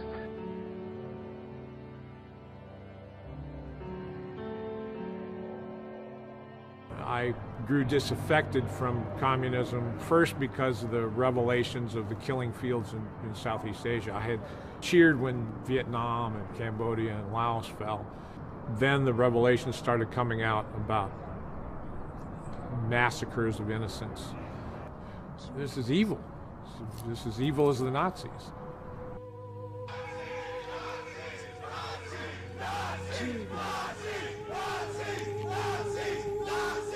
It's really hard for people to fathom those numbers when you're talking about Stalin 60 million, Mao, you're talking what, 40 million, you're talking about Hitler 6 million.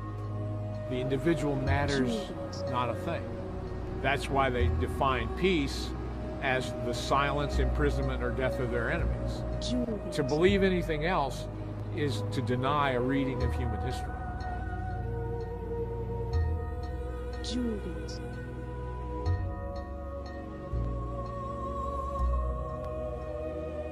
After the revolution, all these guys who helped the revolution wound up being victims of Stalin, and because they had torn down any protections of the individual, they were gone. So if you're a hard right-winger, if you're a hard left-winger, if you've participated in the Hegelian dialectic, you've served your purpose. You're what they call the useful idiot. They don't care about you once you have fulfilled your role for them. The government doesn't quite frankly care if the terrorists attack, like embassies or servicemen, okay? That's part of the job. That's what they signed up for, is to take risks. Soldiers are, for all intents and purposes, U.S. government property, and that's where the term GI comes from. GI stands for government issue. And when Henry Kissinger said military men are like dumb, stupid animals to be used as pawns in our foreign policy, that kind of summed it up. What difference at this point does it make? I think of the story of the early days of World War I on Christmas Eve, when they took a pause and the Germans and the British started singing Christmas carols, and they finally got together and exchanged gifts and had a Christmas tree. And then in a day or two later, the hard might of the government comes in and says, you will not have peace. You must go back to shooting and killing each other again. Dwight Eisenhower, in his farewell address from the presidency, said that we should beware of the military-industrial complex. It is fully metastasized today into a cancer on our society that takes the best and brightest and the most nobly intent who would put their lives on the line to defend fellow Americans and puts them into these bullshit wars that have nothing to do with national defense. And we've paid a terrible price for it. What, 1.4 trillion is a minimum? That doesn't even begin to address the massive consequences and the damage we've done to ourselves. It doesn't talk about the enormous losses we've inflicted on the people in the region, because remember, no one cares how many people we've killed or maimed or wounded. We've lost close to 9,000 Americans in this period of time, 44,000 severe injuries. We have hundreds of thousands of veterans today begging and pleading for help. They say Osama bin Laden killed, thousands of people on 9/11, and he has paid for that. He's dead. His organization is scattered to the four winds, but we're still in Afghanistan. First, it was links to weapons of mass destruction, and then links to Al-Qaeda, and he helped fund the terrorists of 9/11. So that's justifying killing a million civilians to where parts of Iraq you can't even live in?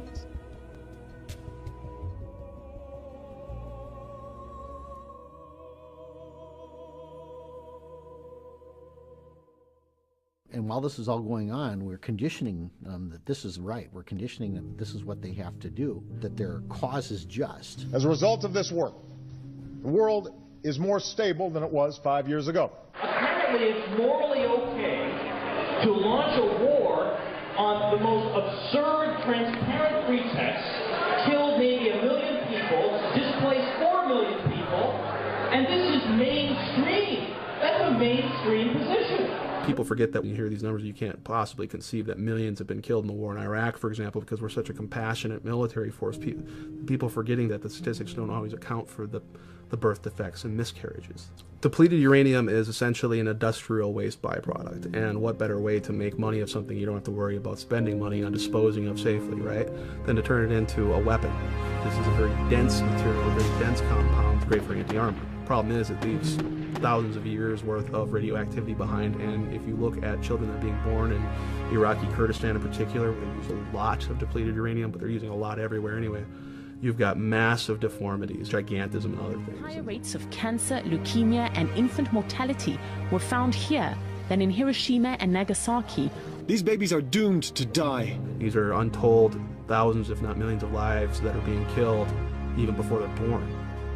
Those are the true costs of modern warfare. Depleted uranium is also a violation of the Geneva Convention and various other treaties that have been agreed upon by the United States and other Western powers with respect to chemical and biological weapons. Hell, we're in Iraq for WMDs, and we're using WMDs against these people. You don't hear about our weapons of mass destruction, do you? You know who pays for that? You do. Your taxpayer dollars. You're the one who pays for that, so I hope you feel good about that. Dear any American who thinks this Boston massacre is a big deal, but never protested a war, go fuck yourself. In Iraq, from the end of the first Gulf War to the start of the current occupation in 2003, sanctions on the country led to the deaths, conservatively estimated, of 500,000 Iraqi children. That's like 45 Boston massacres per day in Iraq for a decade. One every half hour. And they're not being blown up in explosions. No, these are the ones dying slowly, painfully, starving to death. Did you cry over that? Did you protest? Did you do anything to voice any opposition to what Madeleine Albright, then Secretary of State, called acceptable collateral damage? You can't say that you are a Christian, that you believe in the sanctity of all life, and go bombing people into the Stone Age and taking their shit. That's immoral. You can't have it both ways and then say, oh, but I'm going to oppose abortion. You either are or you are not. I can respect someone a whole lot more like a Zbigniew Brzezinski or Henry Kissinger who just outright says it. Just outright says, we're going to take it because we fucking can. And if you oppose that, try and stop us. At least we know where they stand. But with the common American, you want to have it both ways. We are dropping bombs on crowded cities at night where old people and children are sleeping. And we're watching it on CNN.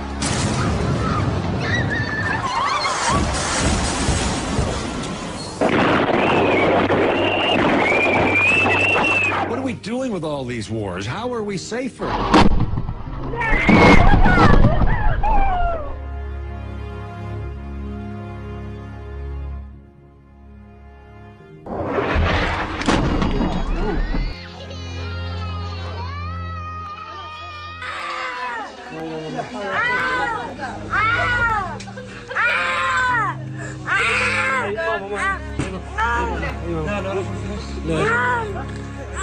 This is a product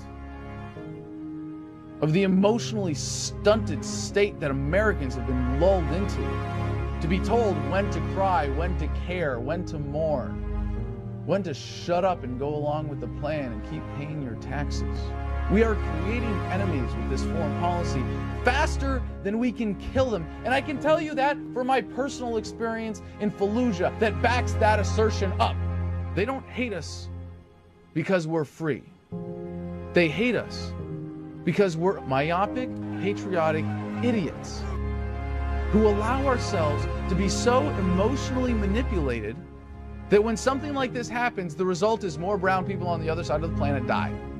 We made good progress, and we'll continue to work together to achieve freedom and peace.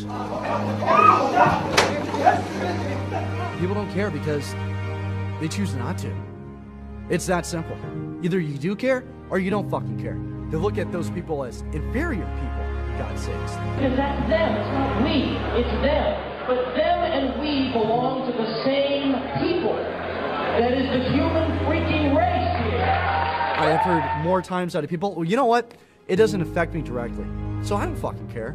And they'll go, is that wrong? If you consider yourself to be a moral person, you have to be opposed to this. If you do not care about morality, well, at least you're being honest. But I think we've got a nation, an entire nation of sheep doing everything they can to avoid that level of moral responsibility. Now, Mr. McGovern, what is your problem? I'm sorry? He says, look, he says, don't you think it's worth 3 or 4 killed to secure the oil supplies that we need? I said, well, suppose one of those 4 killed this week was your son. He said, it wouldn't be my son. And it wouldn't be his son. Our enemies are not 7,000 miles from home. They sit in boardrooms. They are the millionaires and billionaires who control this planet, and we've had enough of it. The state has us thinking that it is us. Should we invade Iran? Or should we starve them? How dare they say we? It's them. Human beings die. They don't need to die. Fuck, man, give them a chance. We're an incredibly gifted, creative race, just not given the opportunity because we've been suppressed through tyranny. I will not be a part of that anymore. These medals don't mean anything to me, and they can have them back. And I choose human life over war, militarism, and imperialism. You are deluded, and your delusion is dangerous, and it is getting people killed. And your attitude, your tribalism, your personal identity, because you choose you want to be an American before you want to be a human being, it's disgusting. I'm sorry to all of you. Fucking sorry. Yeah, you're right, I didn't serve. You're the one serving. And it's your children who are going to look up to you and think that you're the greatest people in the whole world. Do you want a better life for your children, or do you want perpetual warfare? I really see this as sort of a moral decline of the United States of America, the idea that the ends justify the means. We need your oil, so we have every right to take it because we're bigger and stronger than you. That's what they do.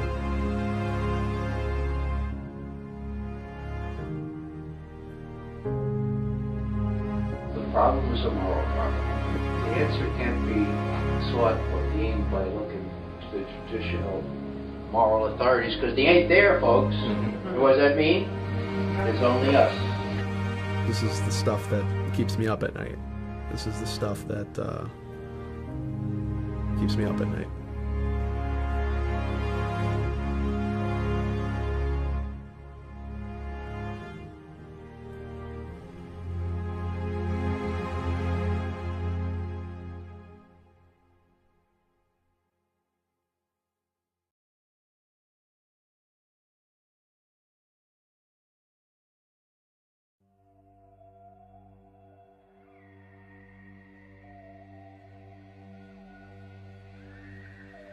So you've got the media propaganda arm, which keeps us loving our own slavery.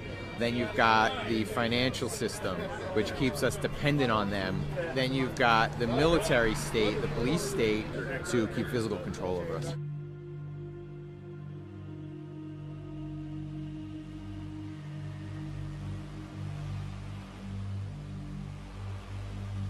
The function of the police used to be simply to protect basic rights.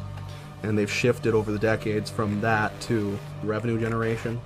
They're pulling you over and they're giving you tickets for not the breaking of laws, but statute infractions. Thank you for swearing to the oath of the Constitution, sir, but this is a statute violation, which is an Admiral Maritime Law. Which is, say that again? Admiral Maritime Law, right? Which is like a sea-bound ordinance. Basically, when you see the gold feathers on the flag, it means you're stepping into a courtroom that's run by Admiral Maritime Law, which is in violation of the common law, which is the constitutional law. By entering into that courtroom, you're agreeing to go before a banker instead of a judge, so that way they levy fines and judgments against you. I am the judge of the law. I will instruct the jury on what the law is. I object. You That's are fine, not sir. a judge. You are an executive administrator. Okay. The U.S. Supreme Court ruled there are no judicial courts in America. There has not been since 1789. Judges do not enforce statutes and codes. Executive administrators enforce statutes and codes. All right, we're done. Statutes are just basically designed as hidden taxes on the public. It's just a way to generate revenue. So we've already set that precedent, gotten the police able to accept the fact that they are basically revenue generators and not law enforcement officials. I remember what I said before about government programs. The welfare programs are not designed to get people off welfare. They're designed to keep people on welfare and recruit new people to be on welfare. Well, internment programs are not designed to keep people from being interred. 2.2 million people in prison, and they say this is the most free country in the world. All it comes down to, if we want to intern someone, is just making a rule, a law, that they violate, punishable by internment. The government doesn't have any control over law-abiding people. Any force used against those people is not legitimate because they're not doing anything wrong. But if you make enough things illegal and you make the law difficult to comply with, then you get to the point where you can create criminals. And when you create criminals, then you create a class of people that are open to oppression. Martha Stewart, her stock trading was ruled by the court to be a legal act. But they sent her to prison anyway because she lied about it. I mean, she went to prison because she said she didn't commit a crime. But that's federal law. That's what we've created. Can you tell me one thing that you're free to do without asking permission or paying to get a license, registration, or permit? Hang out with my friends and have a great time. Yeah. Could you tell me what you're free to do in America? Everything. I can eat however many carbs a day I want. In New York City, they're trying to make all kinds of laws to ban salt and drinks that are a certain size. So, I mean... That's good because a lot of people are obese. We got pages and pages and pages of arbitrary laws. 2/3 of our prison industrial complex is filled with nonviolent, small-time drug possession offenders. Law enforcement agencies get money to fund drug operations. Well, if they don't have any drug operations, they're not going to get any of that funding. And the amount of funding they get is contingent on the number of drug busts that they make. So what's the incentive there? Is it to reduce drugs in their community? Absolutely not. The incentive is to increase the amount of drug busts they get and push their stats up and then get more funding. Thousands of police officers out there have been convinced that marijuana is the most insidious, horrible drug on the planet. People are using it. Doctors are prescribing it. And yet our federal government still maintains that it's somehow an insidious, dangerous substance that people need to go to prison for 100 years if they're caught with a certain amount of it. They're arresting someone with an ounce of marijuana in their pocket and sending them to prison for 5 years and saying, there's nothing wrong with this because they told me that this drug is a threat to my way of life. We've created a class of citizen that can be interned in this country. Any one of us could wind up being moved into that little box based on some new law. There are so many laws that the average American commits 3 felonies a day, and they can arrest you at any time they feel like it. And a cop can pull you over at any point you're on a public street and find something wrong with your vehicle and give you a ticket for it and steal some of your income. And if you look at him crossways, he can put you in jail. And if you don't look at him crossways, he can say that you did and put you in jail. That's the kind of arbitrary authority that exists in the police state in America today. Who are you and what are you doing? Let me see some ID, please. The liberty doesn't come from our government. Sometimes they think they're passing it out, and sometimes they are always restricting as if it's their liberty rather than our liberty.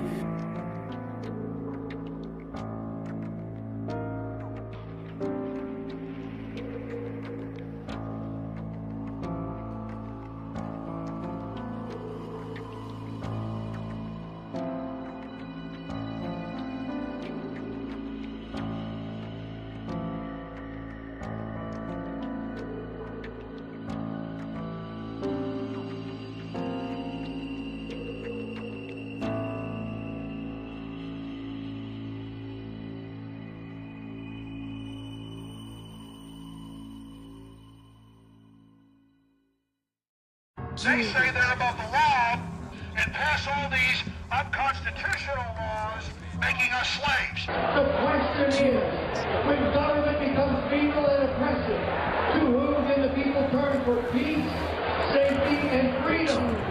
Your sheriff's main responsibility is to protect you from the federal government.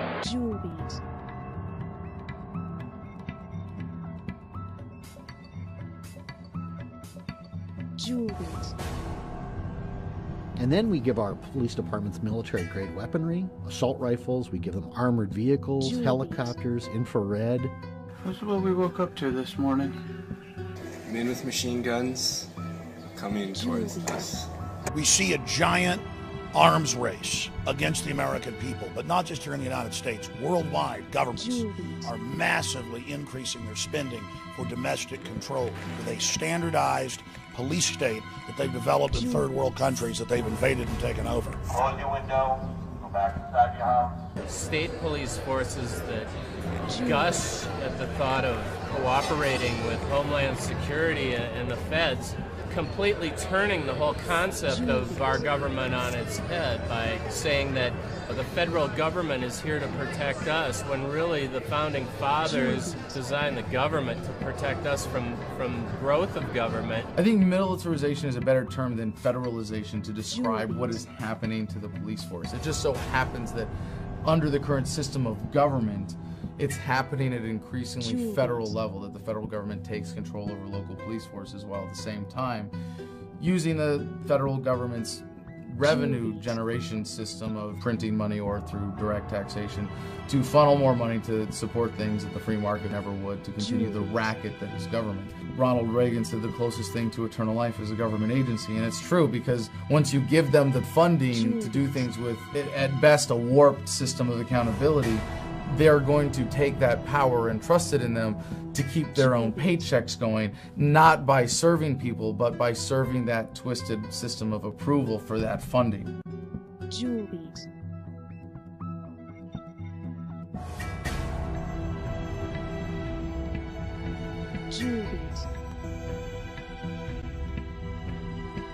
Work for the Federal Reserve? Yep. What's the Federal Reserve Bank around here? It's not. It's not? Nope. TSA agents are on the interstates fighting terrorism with visible intermodal prevention and response, or VIPER operations. Vicki, you know, this was a massive operation really bringing all federal, state, and local agencies together to not only do random searches, but also create an army of agents on wheels. It's all, in a way, starting to blur together.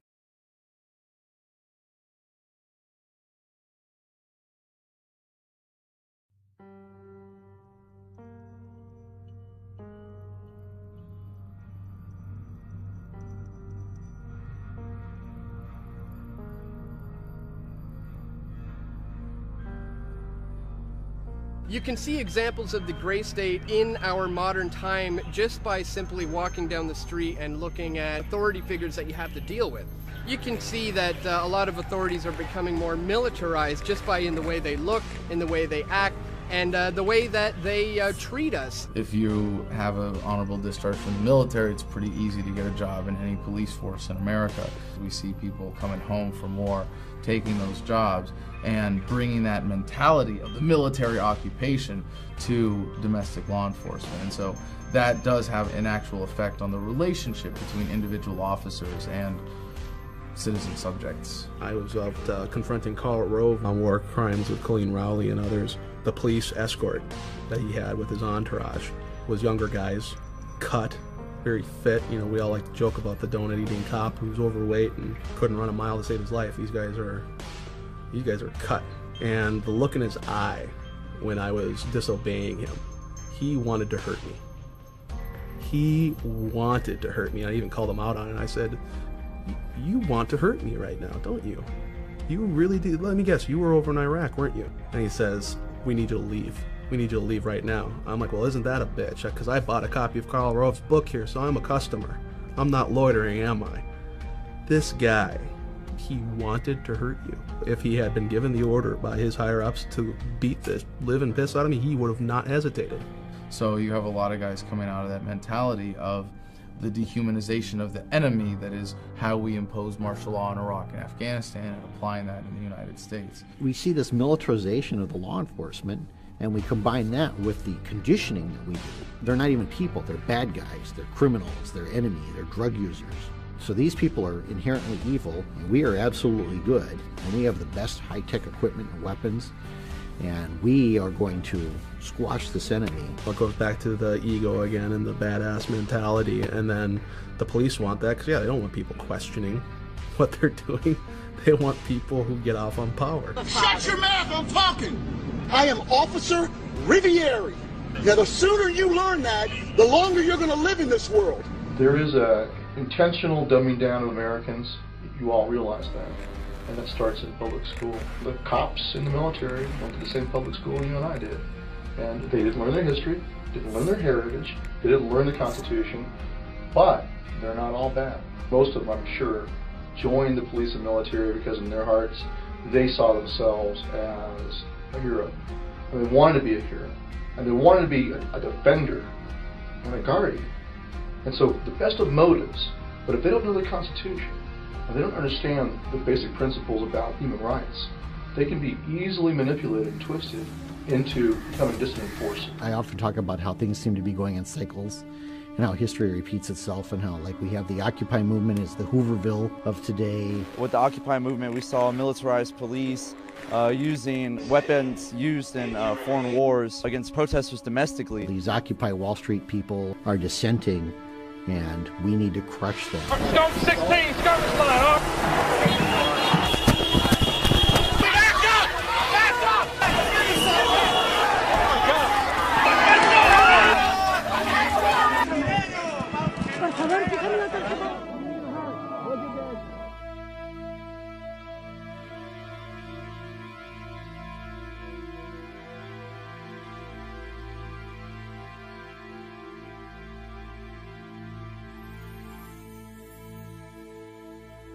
And you saw rows and rows and rows of militarized police, and they assemble and put their shields together and start beating their shields.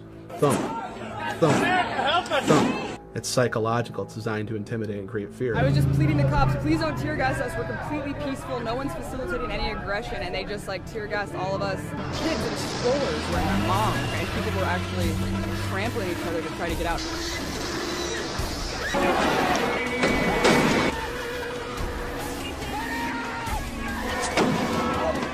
I've had conversations with police officers before and asked them about what's going on with Occupy Wall Street. Like, is this right? Well, you know what most of them say? No, that's not right. They can't do that. I'm like, so why are they doing that then? Why are they getting away with it? It doesn't only apply to Occupy, of course. It's a pattern of police brutality that goes completely unaccounted for. When she had someone call the Stark County Sheriff, her troubles got worse. You're just walking and all of a sudden...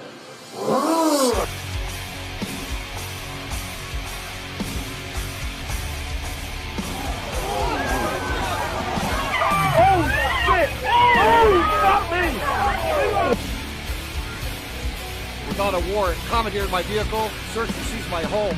Both of them bust out of the car with the guns drawn. Get on the fucking ground, let me see your fucking hands, don't fucking move. Hands off! Hands! Fucking hands! At least 8 officers rushed to the car with guns drawn and even rifles out. Then one fatal shot was fired.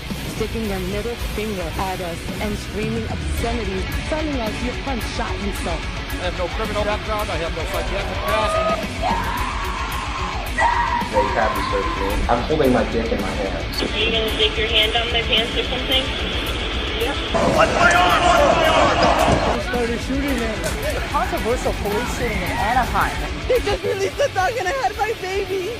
They smashed my face into the drywall and asked if I was going to cooperate. If I refuse, that makes me guilty right away. I complied under duress.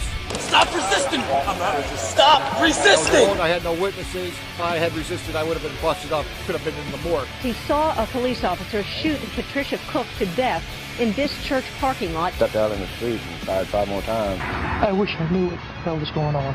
The American people refuse to be terrorized, except by our own fucking government.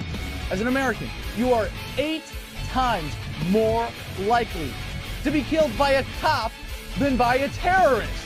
I would rather go to jail than be dead.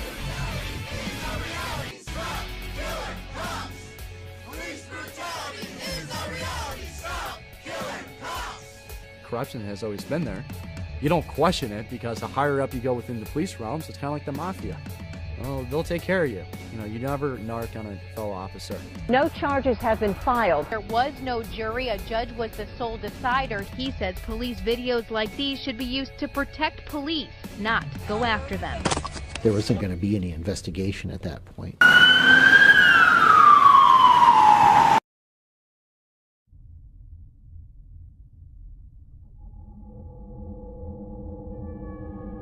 When we hear about someone challenging a police officer's authority to search them, they're often dismissed as a kook. You know better than that. I'm sure you do too. I know exactly how it works, and you know I know that. Yeah, I've dealt with you many times, that's why. No, you haven't dealt with me. I'm with Cop Watch. I've dealt with you. Well, the fact is you have the right to challenge that authority to search. You have that right. But now you have state patrol and police officers saying, you don't have any rights. You can't question my authority. I told you to stop. Check in the window, you hear me? We've had police and law enforcement, we talk to them, we confront them with facts about what's going on. They say, I don't know and I don't care. I think we're at a point with the economy where they don't give a shit. I don't think they're trying to justify it morally. They truly don't give a shit. It's the idea that I have to do this, it's orders, and if I don't, my pension's gone and my career is over. Your livelihood, the economy, and I can stand up for that, but then how am I going to provide for my kids? It's pretty easy to abandon the rule of law when you're following the rule of number one, which is take care of you and yours. I think that's the modus operandi of most police. And then you have the truly sadistic 10% of them who just simply get off on it. Not only do they just not care, but they revel in it. It's the idea that, you know, it feels good to be dressed up like this. You know, it feels good to have power over other people. There are, yes, sick police officers and individuals within government who get off on exerting authority unjustly and get off on violating your rights. But that's not the driving factor. That's a consequence of the scam that is government and of the statist paradigm. So I see that all over the country now. I see the police increasingly becoming militarized, very, very aggressive, and the idea of constitutional rights is laughable to them. I never got an order. No, I'm not shutting up. You cannot shut me up.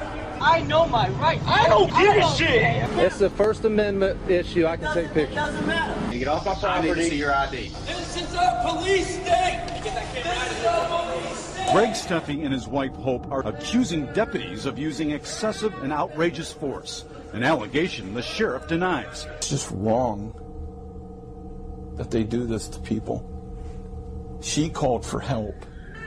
She asked them for help, not for this. There are cops out there that are justifying that to themselves every day. Well, unfortunately, I mean, we've seen a lot of people just mindlessly following orders already. It's just amazing, this divide between cops and citizens and activists. And it's sad. It's sad that the fight has gone between, you know, who we're really trying to fight is the power elite that are creating these policies, and they've made it against cops versus us, and that's really, you know, cops are part of us. They just don't realize that this is happening. It's not necessarily the police that are our enemies here. It is the people that are controlling them. It's the people behind the scenes that are making them do these outrageous things to us on a daily basis. All these things are being used and they're being justified by this war on terror, this war on drugs. And the question is, why does the federal government feel like the solution to these problems is to declare war on us? We will again set an example for the world that the law is not subject to the whims of stubborn rulers and that justice is not arbitrary. Shortly after 9/11, within a week or two, there was a bill brought to the floor that had been floating around the Congress for several years, but it never had enough support and they couldn't get it passed. But on after 9/11, they said, now is the time that we'll pass this wonderful bill that's going to protect the people, the Patriot Act. But if they had called that repeal the Fourth Amendment Act, maybe it wouldn't have passed so easily. There are no shortcuts to protecting America. I will provide our intelligence and law enforcement agencies with the tools they need to track and take out the terrorists without undermining our Constitution and our freedom. The US is funneling money into tracking systems that are threatening to make the very concept of privacy a thing of the past. In the past 5 years, the Department of Defense has shelled out an estimated $3 billion on biometric programs, technology that uses physiological and behavioral recognition to identify people. However, the top cash cow is expected to remain government spending on security. It's always the government that says, oh, if you don't have anything to hide, why are you worried about the Patriot Act? Why are you worried about all these spy systems and data mining? But yet it's those same people that hide in private, that meet in secret, under armed guards, that won't disclose what they're doing, but they want to see, hear what we're doing.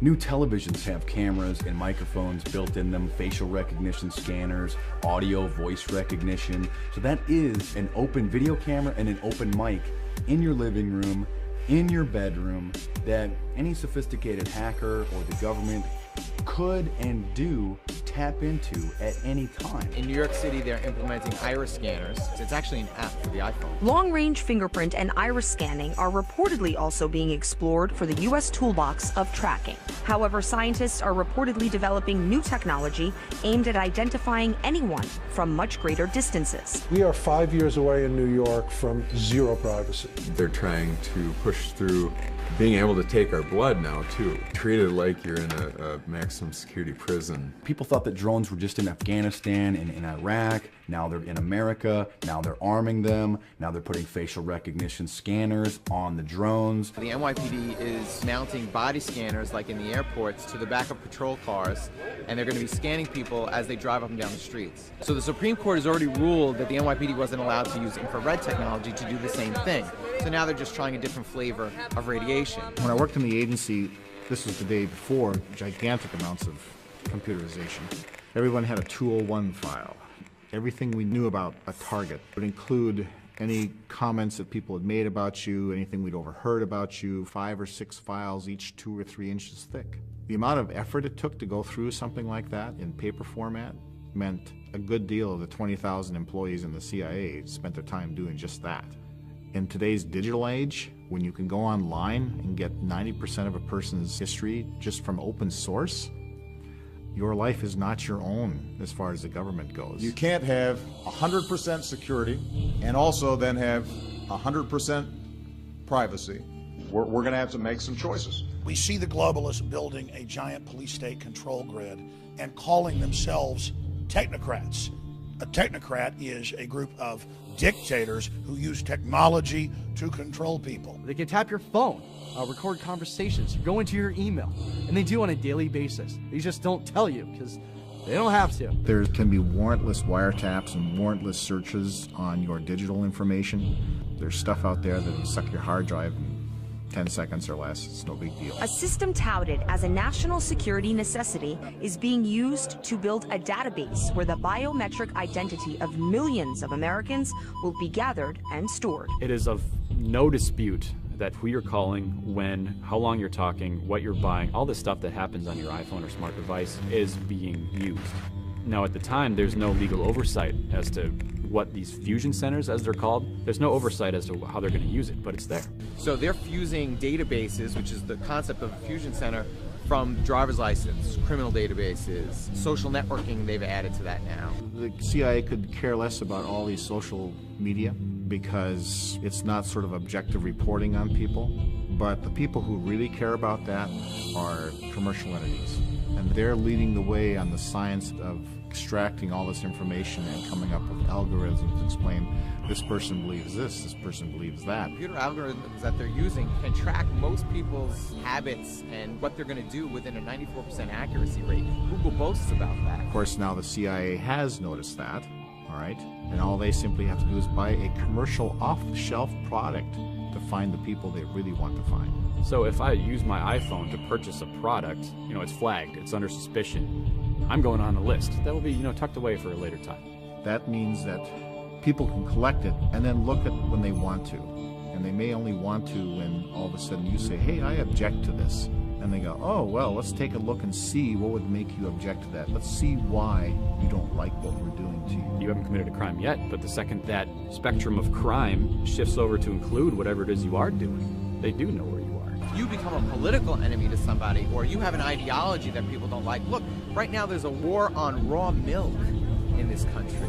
So if I drink raw milk, then I'm going to become an enemy of some industry, the FDA or the USDA, and now I can be targeted politically. It's happened. People being targeted by the police state because of their political affiliations. People's children being taken away from them because they're critical of the government. If I go and try to find out something about you, and I have to do extraneous measures to do that, there should be no objection from you, because if you're not doing anything wrong, what have you got to hide?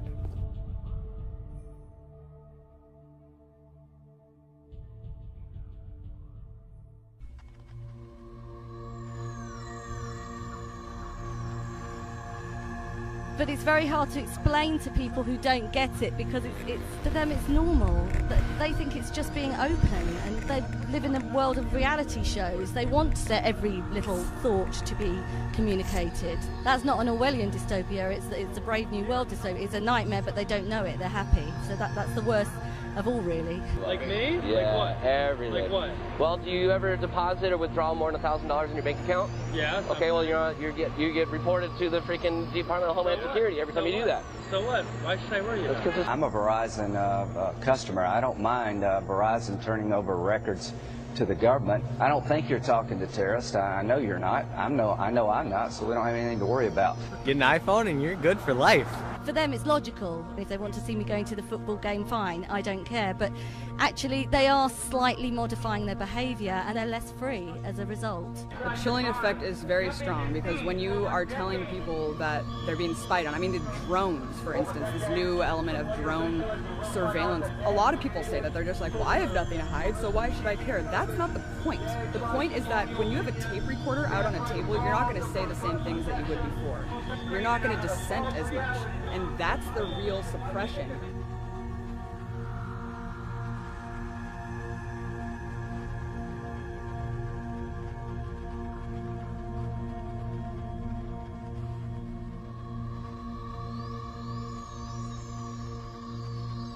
I'm worried that the new generation doesn't understand what privacy is, because they've never had it. And because everything is about sharing. And I mean, we probably the last generation who knew what it was like to be unmonitored. Therefore, we know what we're losing, but they'll never know. So the question is, why don't you trust us? And I tell people, because I've been one of the people who are supposed to protect America. I'm just a person. I have likes, dislikes, I have opinions, and all that stuff bleeds through to what I do. And they say, well, you can trust us because we're not going to misuse that. But they've proven over and over and over again that they will misuse it. J. Edgar Hoover had enemies lists, and he was working to make these people's lives miserable, and they were using all these federal powers that they have to destroy people's lives. By sifting through this so-called metadata, they may identify potential leads with respect to folks who might engage in terrorism. Well, we all know that their definition of terrorism in every government, every dictatorial regime, inevitably starts going to the area of people who criticize what the government's doing. When you become a political target of the gray state, they're going to use anything they can. So if they have a total surveillance state, but they can just look at your Facebook page without a warrant, now they can use that against you. And I'm convinced there are certain politicians out there that if they could put their political opponents into camps, they would just do it. They haven't crossed the line to where that would be possible. But what they can do is they can change the way people feel. And I'll offer an example of this. Smoking. We banish smokers to parking garages and predetermined locations 25 feet from a building entrance. Smoking is really not socially acceptable anymore. How were they able to do that? And the answer is that they were able to pass more restrictive anti-smoking laws because they were able to make smoking socially unacceptable. If they had the authority to do it, if they could do it, if it were socially acceptable for them to do it, they would take their political opponents and round them up and put them in internment camps. People say, well, that's ludicrous. No one would ever actually do that.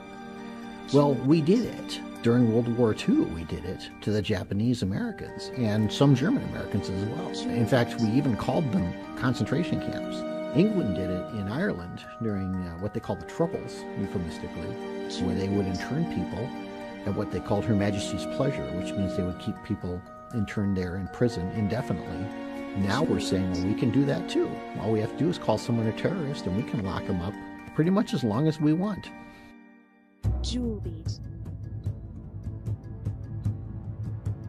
What just got passed was the National Defense Authorization Act. What people don't realize, because it wasn't reporting in mainstream media, it completely finally put the nail in the coffin on the Constitution. When the Patriot Act was introduced after 9/11, its most draconian measures were not exercised right away publicly. It was much more private. Well, now with the passing of this new Senate bill, they're advertising. They're saying it's here now. Have you heard of Posse Comitatus? You know that, right?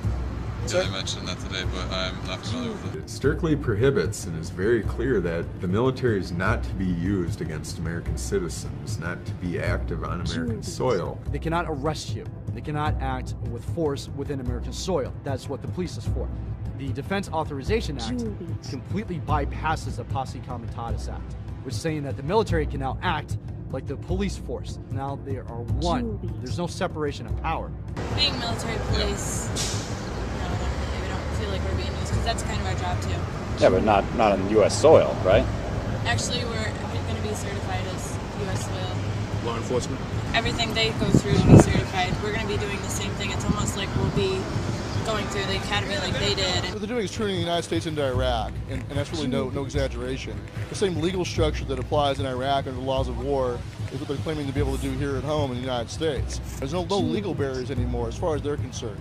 And that any American citizen accused of being a terrorist does not deserve a jury trial, but instead will be an enemy combatant under martial law, under military law, under the laws of war. Authorizing military force, that's killing you, military detention, and military trial or rendition to some foreign country.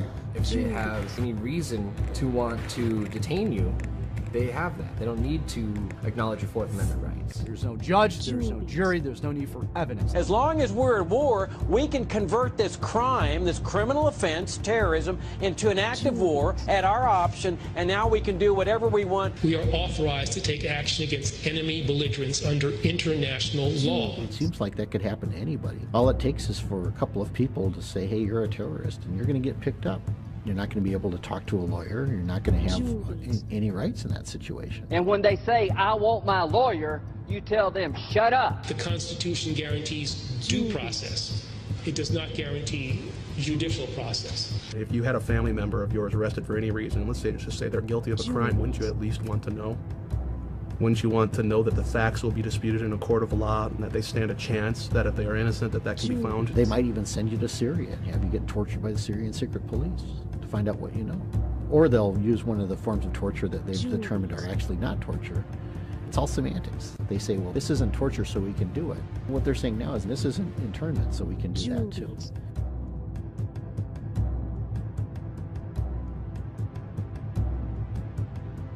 Julies.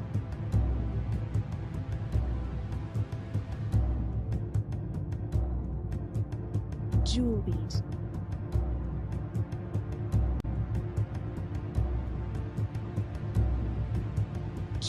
I have two words for you. Predator drones. You think I'm joking? The Nobel Peace Prize winner has just announced and authorized that he has told the CIA that it can assassinate American citizens in violation of federal law and in violation of treaties to which the U.S. is a party. They don't write these laws not to use them. I mean, where does he get this power? He had al-Awlaki and his son murdered. These were American citizens. Awlaki is a terrorist. Probably the most significant risk to the U.S. homeland. We certainly want to neutralize him. It's a huge change of presidential powers that has occurred because totally of right and totally constitutional. It's the one thing right I to kill anybody without the due process of law and have a kill list? Are you kidding me? President Obama has used more targeted killings than the Bush administration ever did. This is a program that amounts to the executive branch saying, trust us. But when the president can kill whoever he wants, then he's not a president anymore, he's a king. His citizenship should no more serve as a shield than a sniper shooting down on an innocent crowd should be protected from a SWAT team. And these guys probably are bad dudes, and that's how it's used right now. But if you study history and you know that you allow this kind of abuse of power by the federal government, you undermine the rule of law, I fear what happens to us down the road. Germany, China, could only dream of what the United States just did, because this just opens the floodgates for oppression and tyranny. The United States just 50, 60 years ago was the example of the world for freedom. Now you notice our criminal government never criticizes Russia or China anymore because they can't. And China passed its own NDAA and said, hey, we can arrest and kill people secretly too. Look, the Americans do it. It's just codifying into law that the United States Constitution and Bill of Rights are null and void. We don't care what your guys' intentions are. We know what this can be used for later on, you know, because there's a reason you don't chip away at liberties, because at some point you end up with a tyranny. The minute you stop fighting for that freedom, it's going to diminish and ultimately disappear. And once it's gone, we're not going to get it back. I got 3 kids! I want them to grow up with freedom! Don't you want your kids to have freedom? They're not going to have it! What I don't understand though is how come more people aren't awake to it when it's so blatantly obvious to so many of us. Is the conditioning really that pervasive? People who go along with the system saying like, I will support the system, I will do it, I'm not going to question it. Those are very naive people. God has ordained the police officers in a sense to restrain evil. We're to submit. As long as we submit to state authority, continue to yield our liberties, and modify our behavior to fit the mold of federal approval, this unlucky person being dragged away will not be us.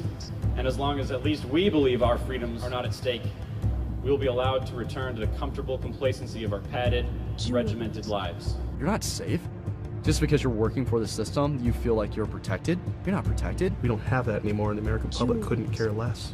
It's astounding. I don't care. I don't think they're American citizens. I understand. He was a 16-year-old teenager from Colorado. I understand. You don't care? Really? No. I support it completely. You support it completely? So indefinite detention for Americans and assassination of Americans, absolutely, because Obama said it. Absolutely. All right. Happy 4th of July. Why should people give a shit? This is our country. This is our home. And we have rights given to us by the Constitution. Without the Constitution, the United States is just another piece of property, that's it. To the best of my ability. Preserve, protect, and defend.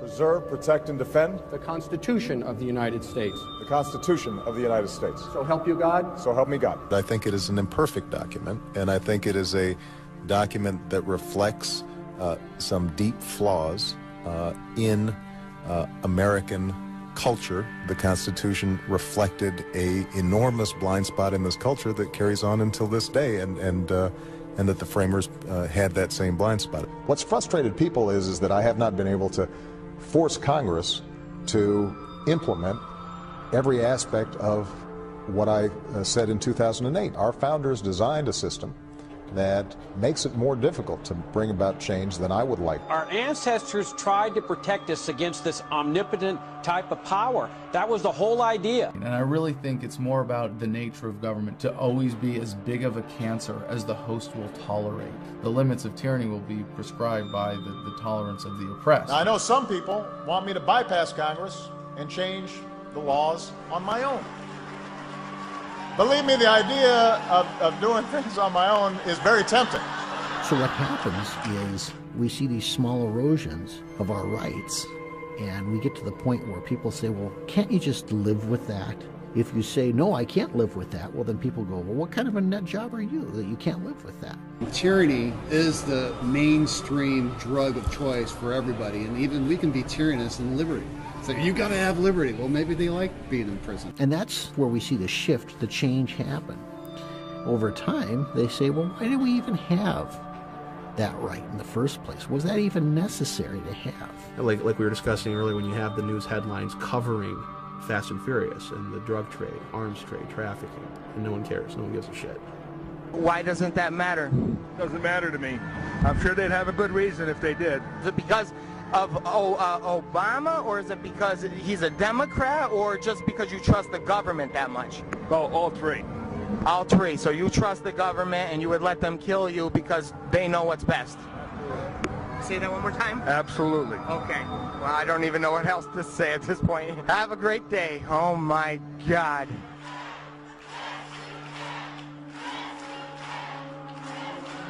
The gray state is inevitable. It's coming. Technically, it's already here.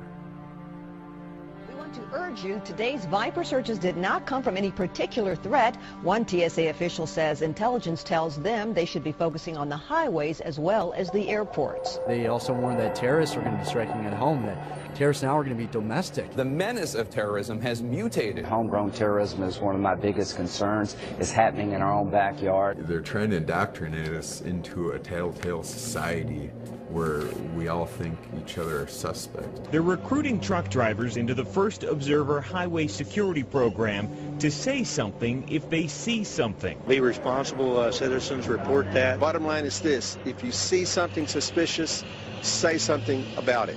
Everybody should be aware of what's going on the road. Close to 1 million Americans signed up on this list saying that they will report their neighbors to the government. You have financial rewards if you spy on your neighbor. In some cases, you're required to. We can reference the story of the city in Vietnam. In one night, Viet Cong rolled in, rounded up 4,000 Vietnamese men, and had them all executed by the next morning. And the CIA just could not figure out how they did it. Well, the answer is they have a system of informers. And what are we being taught to do? If you see something suspicious in the parking lot or in the store, say something immediately. Report suspicious activity to your local police or sheriff. Well, what's suspicious activity? Again, in this sort of Orwellian nightmare we're descending into, people are not engaging in critical thinking skills, so suspicious activity is intentionally vague because, hell, to different people, anything's going to be suspicious. It's wrong to carry a gun, and that if you have information about people who are carrying guns, you've got to share that. Thank you for doing your part to help keep our hometowns safe.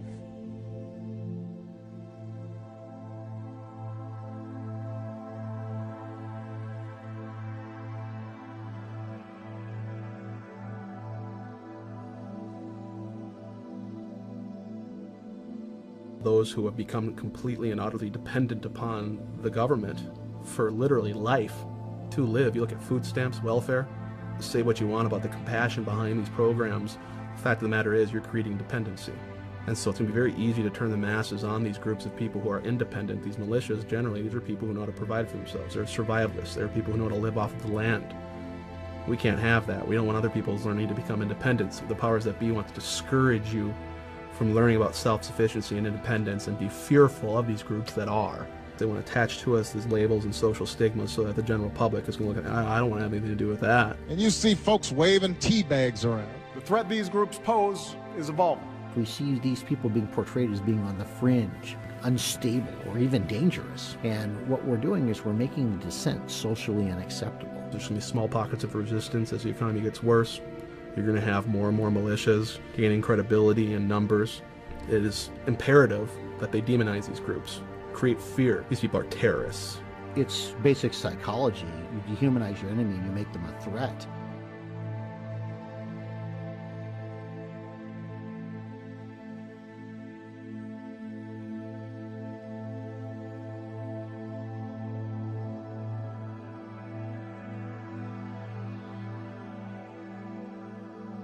During World War I, there was an organization called the Law and Order League. They would go out on the streets and they would round up men who were the draft age and would force them to prove that they had either fulfilled their draft obligation or were not eligible for the draft. These weren't even agents of the government. These were just people. These people carried badges and they had all the authority of the federal government behind them. I pledge to be of service to Barack Obama. Yes, we can. All those streets are raised to America. Yes, we can. Have our own dreams and do our communities vision your dreams. Yes, we can. They've been conditioned, just like the soldiers are conditioned, to hate their enemy. Yes, we can. These people are conditioned to hate their political opponents. We have these pseudo-volunteer organizations now. We really haven't defined what their role in all of this is either. We cannot continue to rely only on our military in order to achieve the national security objectives that we've set. We've got to have a civilian national security force that's just as powerful, just as strong, just as well funded.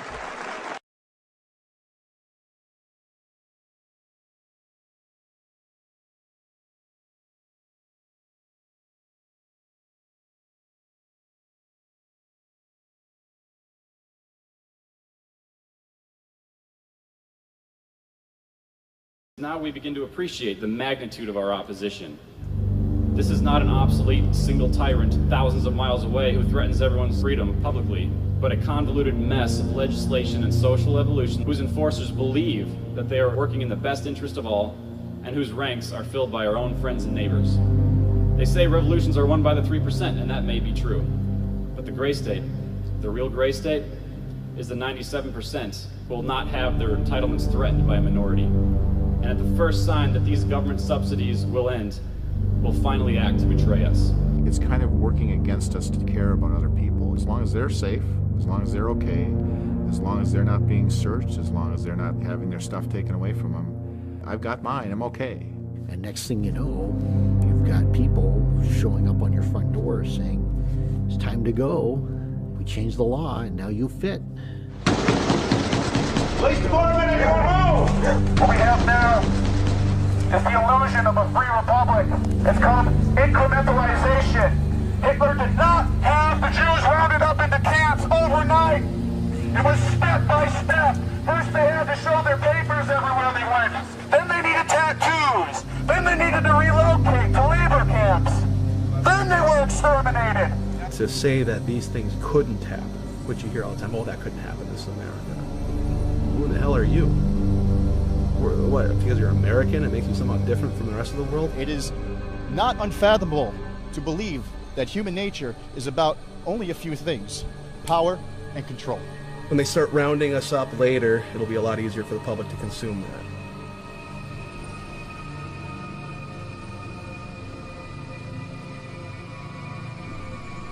Here's something fun. When you get 5 minutes out of your busy day, what I recommend doing is going on Google or YouTube and checking out FEMA concentration camps. This is some type of residential center internment camp. Right here you can see the gates, both sides. These both have barbed wire on them and they're facing inward, of course. You can see it's all fenced in right here. Once you cross this threshold, you're in there. Now these residential areas can house over 30,000 people at one time. Now, are you telling me that there's 30,000 people in one location that we need to be worried about? Look at Germany, an advanced civilization, and they fell into a despotism in a span of 10 years after an economic collapse. It can happen here. You think it can't happen here? What's this concentration camp thing you're talking about? What is this thing about bringing foreign troops into the United States? What scenarios do you live in? This is a historic pattern. This has happened in the past. Documents are out, the detention camps and the internment camps, the re-education camps. They're hiring for positions in these camps. These institutions are becoming active at the same time that this defense bill was passed, and now that the economy is on the verge of collapsing. There's no markings of any type of business. This is not a correctional facility. Got a call from a buddy of mine that's serving in the Army right now. He's saying that this is already staffed. They already have military personnel on the grounds. Something is going down. You know something's on the horizon because people, look, they don't do this just to be safe. They do it because they're prepping for something. They're preparing for something.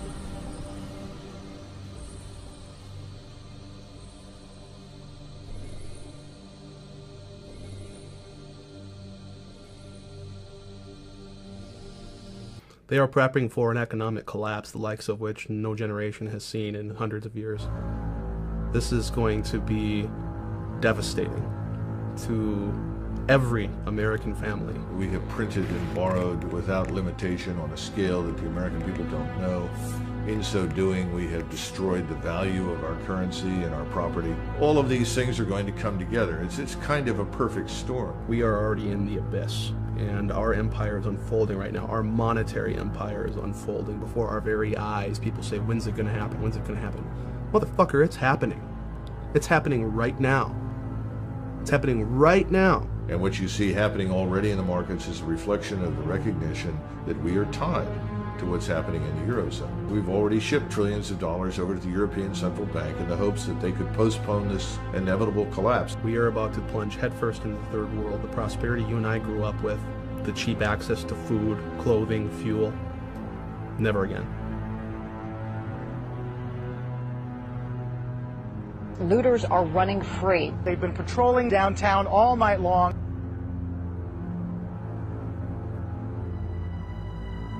If I could offer anyone advice, get out of the cities. There'll be rioting, there'll be police going door to door, gun confiscations, bread lines. You wouldn't want to be in an urban environment if there was some sort of societal collapse. We have 48 million people on food stamps right now. So when the economy collapses, literally millions, tens of millions of people dependent upon that system. They know nothing else. All these people are going to be looking for resources.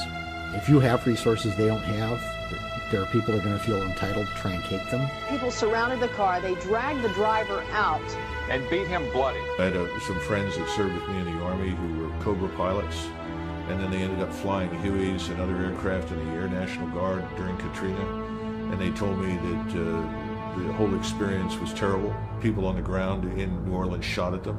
They said it was reminiscent of Somalia. Their lives in extreme danger tonight. Oh my goodness. There's a theory that applies to disasters and also applies to personal survival, and that's what we call the yo-yo theory. Y-O, Y-O. You're on your own. And if you don't know how to farm and produce food for yourself, to sow and reap, harvest, game over. You have been taught purposely not to have those skills. A guy who was originally an accountant can't provide for his family, can't defend his family, can't do anything. He's helpless, he's bleeding. Somebody help me, God damn it. And the government steps in. Here's our solution. When you got a problem, you call the National Guard. They're the nation's 911. Overnight, police in New Orleans enforced a dusk-to-dawn curfew. The police and National Guard going street by street, instructions to disarm anyone inside. We'll take all weapons. Los Angeles, Philadelphia, New York, Baltimore, Washington, Chicago. Those are the areas where I would see the military being deployed. A future where the federal government literally controls distribution of power, food, water, is only one sort of widespread disaster away. You look at Hurricane Katrina. They turned the Superdome in New Orleans into a giant FEMA camp, and they didn't get water out there for 5 days. You really think their job is to feed you and protect you? That's not what FEMA exists for. They exist for management, federal emergency management. And there's no better way to manage you than by controlling food. Then they kind of decide who's hungry and who's not. And again, I think they'll do whatever they can to exercise restraint, but it depends on what they encounter. Smash it!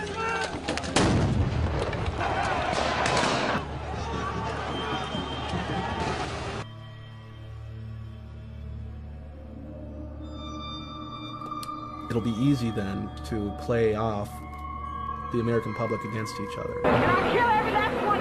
If you are unable to produce food for yourself, you're going to be more likely to take human life to have someone else do it for you.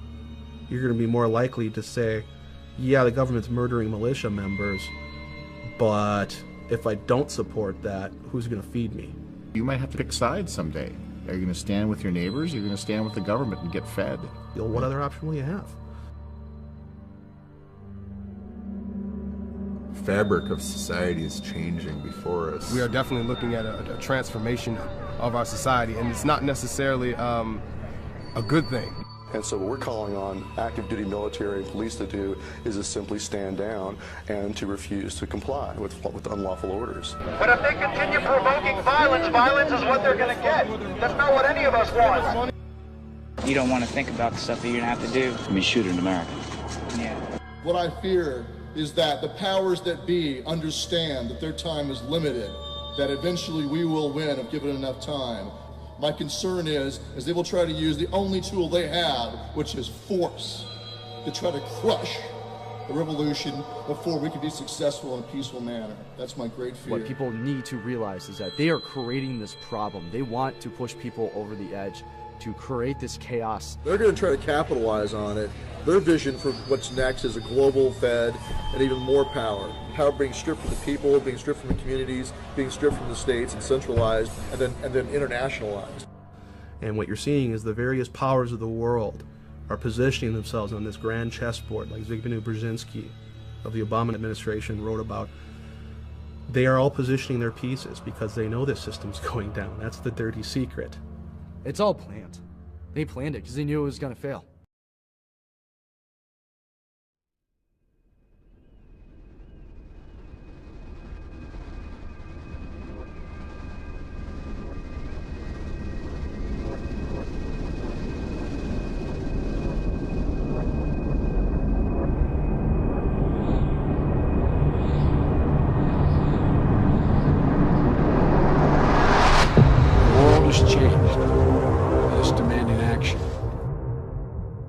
The United Nations should play an essential role in stabilizing world population.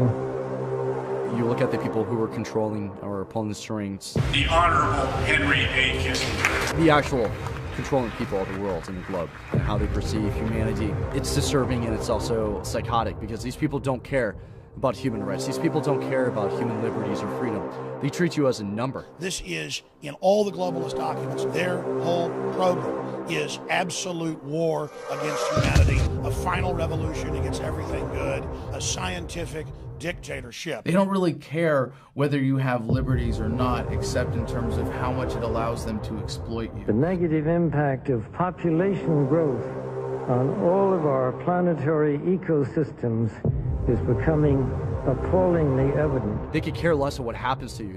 They squeeze slowly any kind of human right or critical thinking from you. These are deep-seated, deep-rooted, evil individuals, a cabal of individuals who have run the world for centuries. We are being hit scientifically. We are in a petri dish. We are under assault. We must resist the takeover. Their allegiance is to the global bankers. Their allegiance is to the New World Order, not to the United States, not to the Constitution, not to freedom. The New World Order has no legitimacy, and that we as a people are not afraid, and we are waking up to the robber barons and the big bankers who are looting our economy with the Federal Reserve. Well,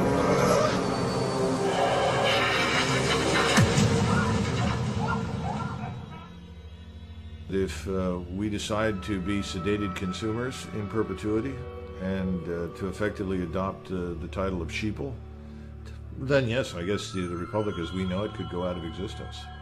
And within the next 20 or 30 years, we'll look at something like Brazil. Tens of millions of people living in poverty, with a very few people at the top controlling most of the capital and dictating the lives of everyone else. We have become decadent. We've become proud. We've become arrogant. And worst of all, we have abandoned our Bill of Rights. We've let them take it.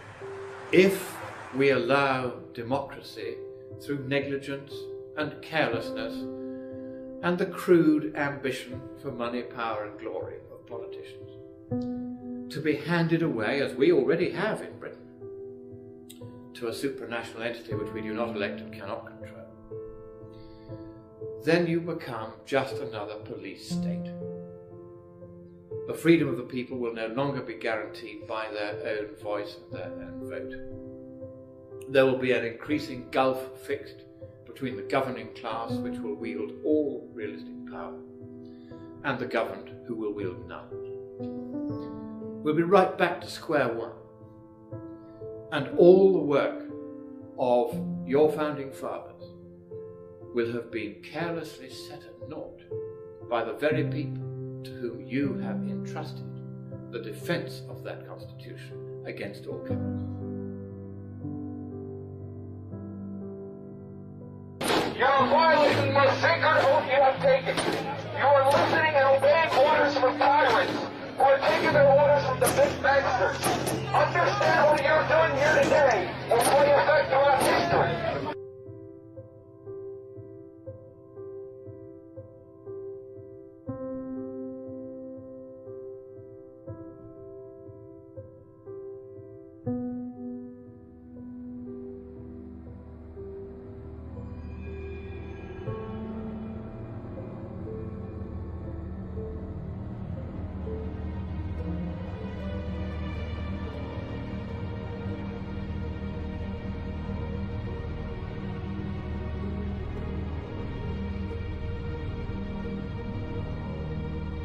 The hour is late. We are forced to choose right now between 1774 America or 1934 Germany. Which one is it going to be? We're now in exactly the same position our forefathers were in 1774. Almost a mirror reflection. King George, until the fighting started, did not claim the power to order colonists murdered. But your president now claims the authority to use drone strikes or anything else against you. It's even worse than what King George claimed the power to do. They are asserting the power to treat you, the American people, exactly the same as an occupied, conquered enemy nation. What is that? It's treason!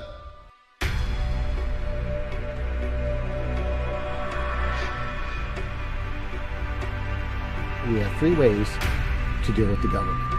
We have the soapbox, we have the ballot box, and we have the cartridge box. catch you violating their unconstitutional laws, and they will, when they please, send armed men to work their will upon you. And people, innocent of any crime save the one these tyrants created, will die resisting. If it came to the point they started rounding people up, I would resist.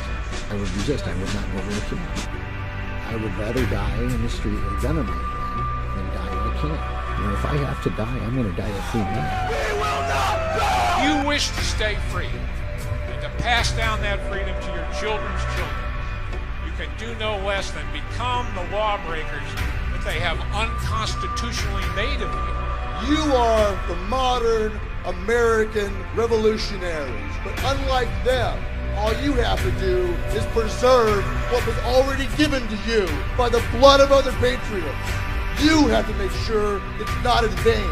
As long as your heart beats, as long as you draw breath, you have a duty to stand. We will not comply, and we will resist. Accept that fact. Embrace it. And resolve to be the very best, most successful lawbreakers you can be. And you will stay free.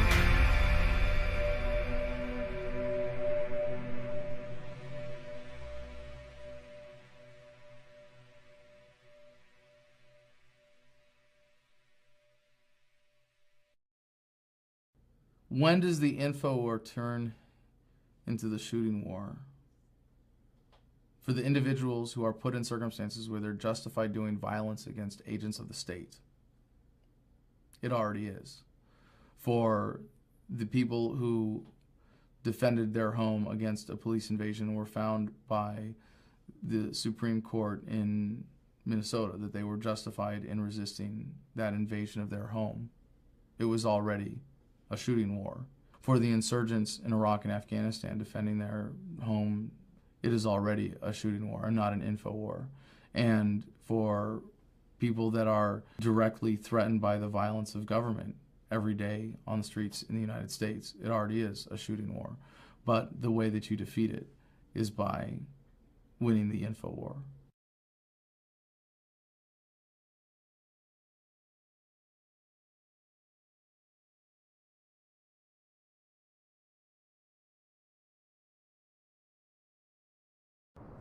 The thing you have to remember is the task that we have before us today is a task that's never been attempted before in history successfully. No republic, once it's gone corrupt and long in the tooth, has ever been resuscitated. Ever. Look at history. I pray every day that we can revive this republic. I don't know it's possible. It's up to the determined minority to make it happen, to shape history. I have my doubts. I do. But I know that we have to try.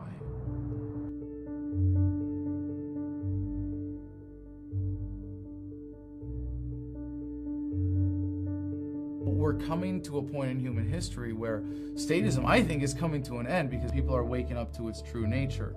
Human productivity, prosperity, that the government can never stop, is going to empower us to see past the paradigm of statism. It's a message of empowerment. It's a message of celebrating the divinity in every human being, the inalienable rights that we all enjoy. I could come down to the conclusion very simply, freedom is popular. It's not my message, it's a message of America. Zen libertarianism, to me, is something that has allowed me to really fully appreciate the epicness of every moment that I am fortunate enough to enjoy on this planet. If you really understand the physics of reality, the fact that every cell in our body is replaced every 7 years, that at the atomic level there is no such thing as matter as much as there is waves of energy that matter is composed of, and of arranging the molecules in your brain to engage in the rest of the world, to be a part of the universe, to enjoy the experience that it is, to be a spinning wave of energy, a spiral of light that we are as human beings. America, you still consist of nothing but free, beautiful, independent human beings, capable of being the alphas of your own lives. The truth is empowering and sets you free. And there is no such thing as government. You can see it for what it is. There's not a police officer, it's just a man in a blue costume with a gun. And the guy in the courtroom isn't a judge who has some superior moral claim to your life. He's just a guy in a black robe. And you're able to see the matrix. You're able to wake up and see all of the code behind the language of society and the way that we think, and to be able to free your mind from that prison of fear and being able to step back and never be caught up in the fears of statism, to be afraid of losing your life, to never be afraid of dying because you come to accept its inevitability. That's Zen libertarianism. At the end of the day, we all die. We're all going to die, but no one gets out of here alive. And so what counts is what we do and who we are.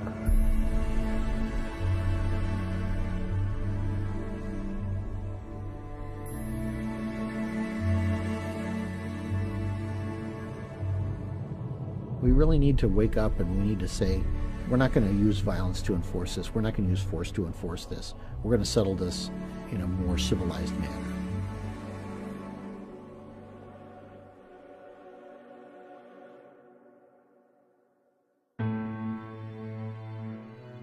There isn't much chance of avoiding the quote-unquote hard landing that we've been discussing. It is a precipice that some states have already plunged over, and that the federal government threatens to follow. What can you do about it? It's the same thing that's been going on since the beginning of time. We have no power. That's the other lie. The other lie is that these systems can't be wrecked. They can be wrecked simply by an individual saying no. Let's be a man in America and a woman. All we gotta do is stand up and say no. There will always be somebody who wants to be free and is willing to fight to defend that. Human beings need to be free in order to achieve their full potential. Love is the core of this second American Revolution. We do have the power. It would be startlingly easy to reverse all of this, is what people do not generally understand. The elites in every case always believe they are invincible, and they never, ever are. Regimes always fail, and it's only a matter of time before everything comes crumbling down and a new beginning happens. Freedom and being free will always be there. All we have to do is essentially refuse to play ball. You get enough people to do that and just refuse to go along. It doesn't involve a bloody revolution. And in fact, for this one to really truly be unique from revolutions in the past, it has to be that way. And that's it. And it's up to us, guys. This is no joke. Tyranny is the old idea. It's over and done with. We don't need more tyranny. Change this country, go back to our roots, decide that we want to live in a free country and not in a country rapidly drifting toward totalitarianism. We need to reverse the course.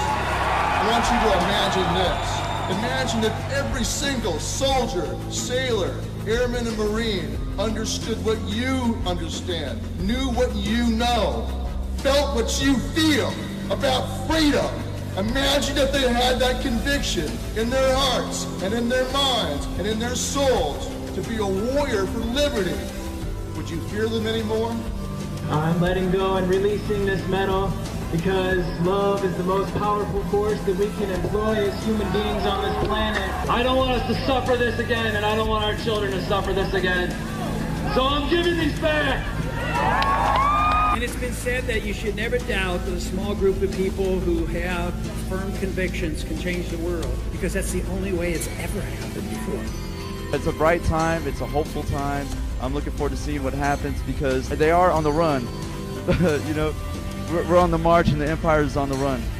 One drop of truth, as you know, is an antidote to an entire bucket of bull. But once your eyes are open, that's it. You're taking the red pill, and from that moment on, you are lost to the elites. They no longer have any power over your mind. Ideas spread, they can't stop them. An idea whose time has come cannot be stopped by any army or any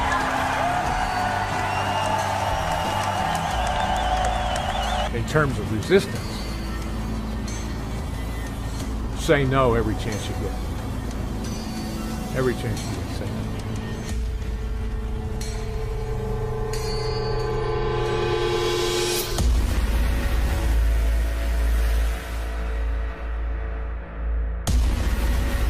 Let no man say we did nothing in this, our darkest hour.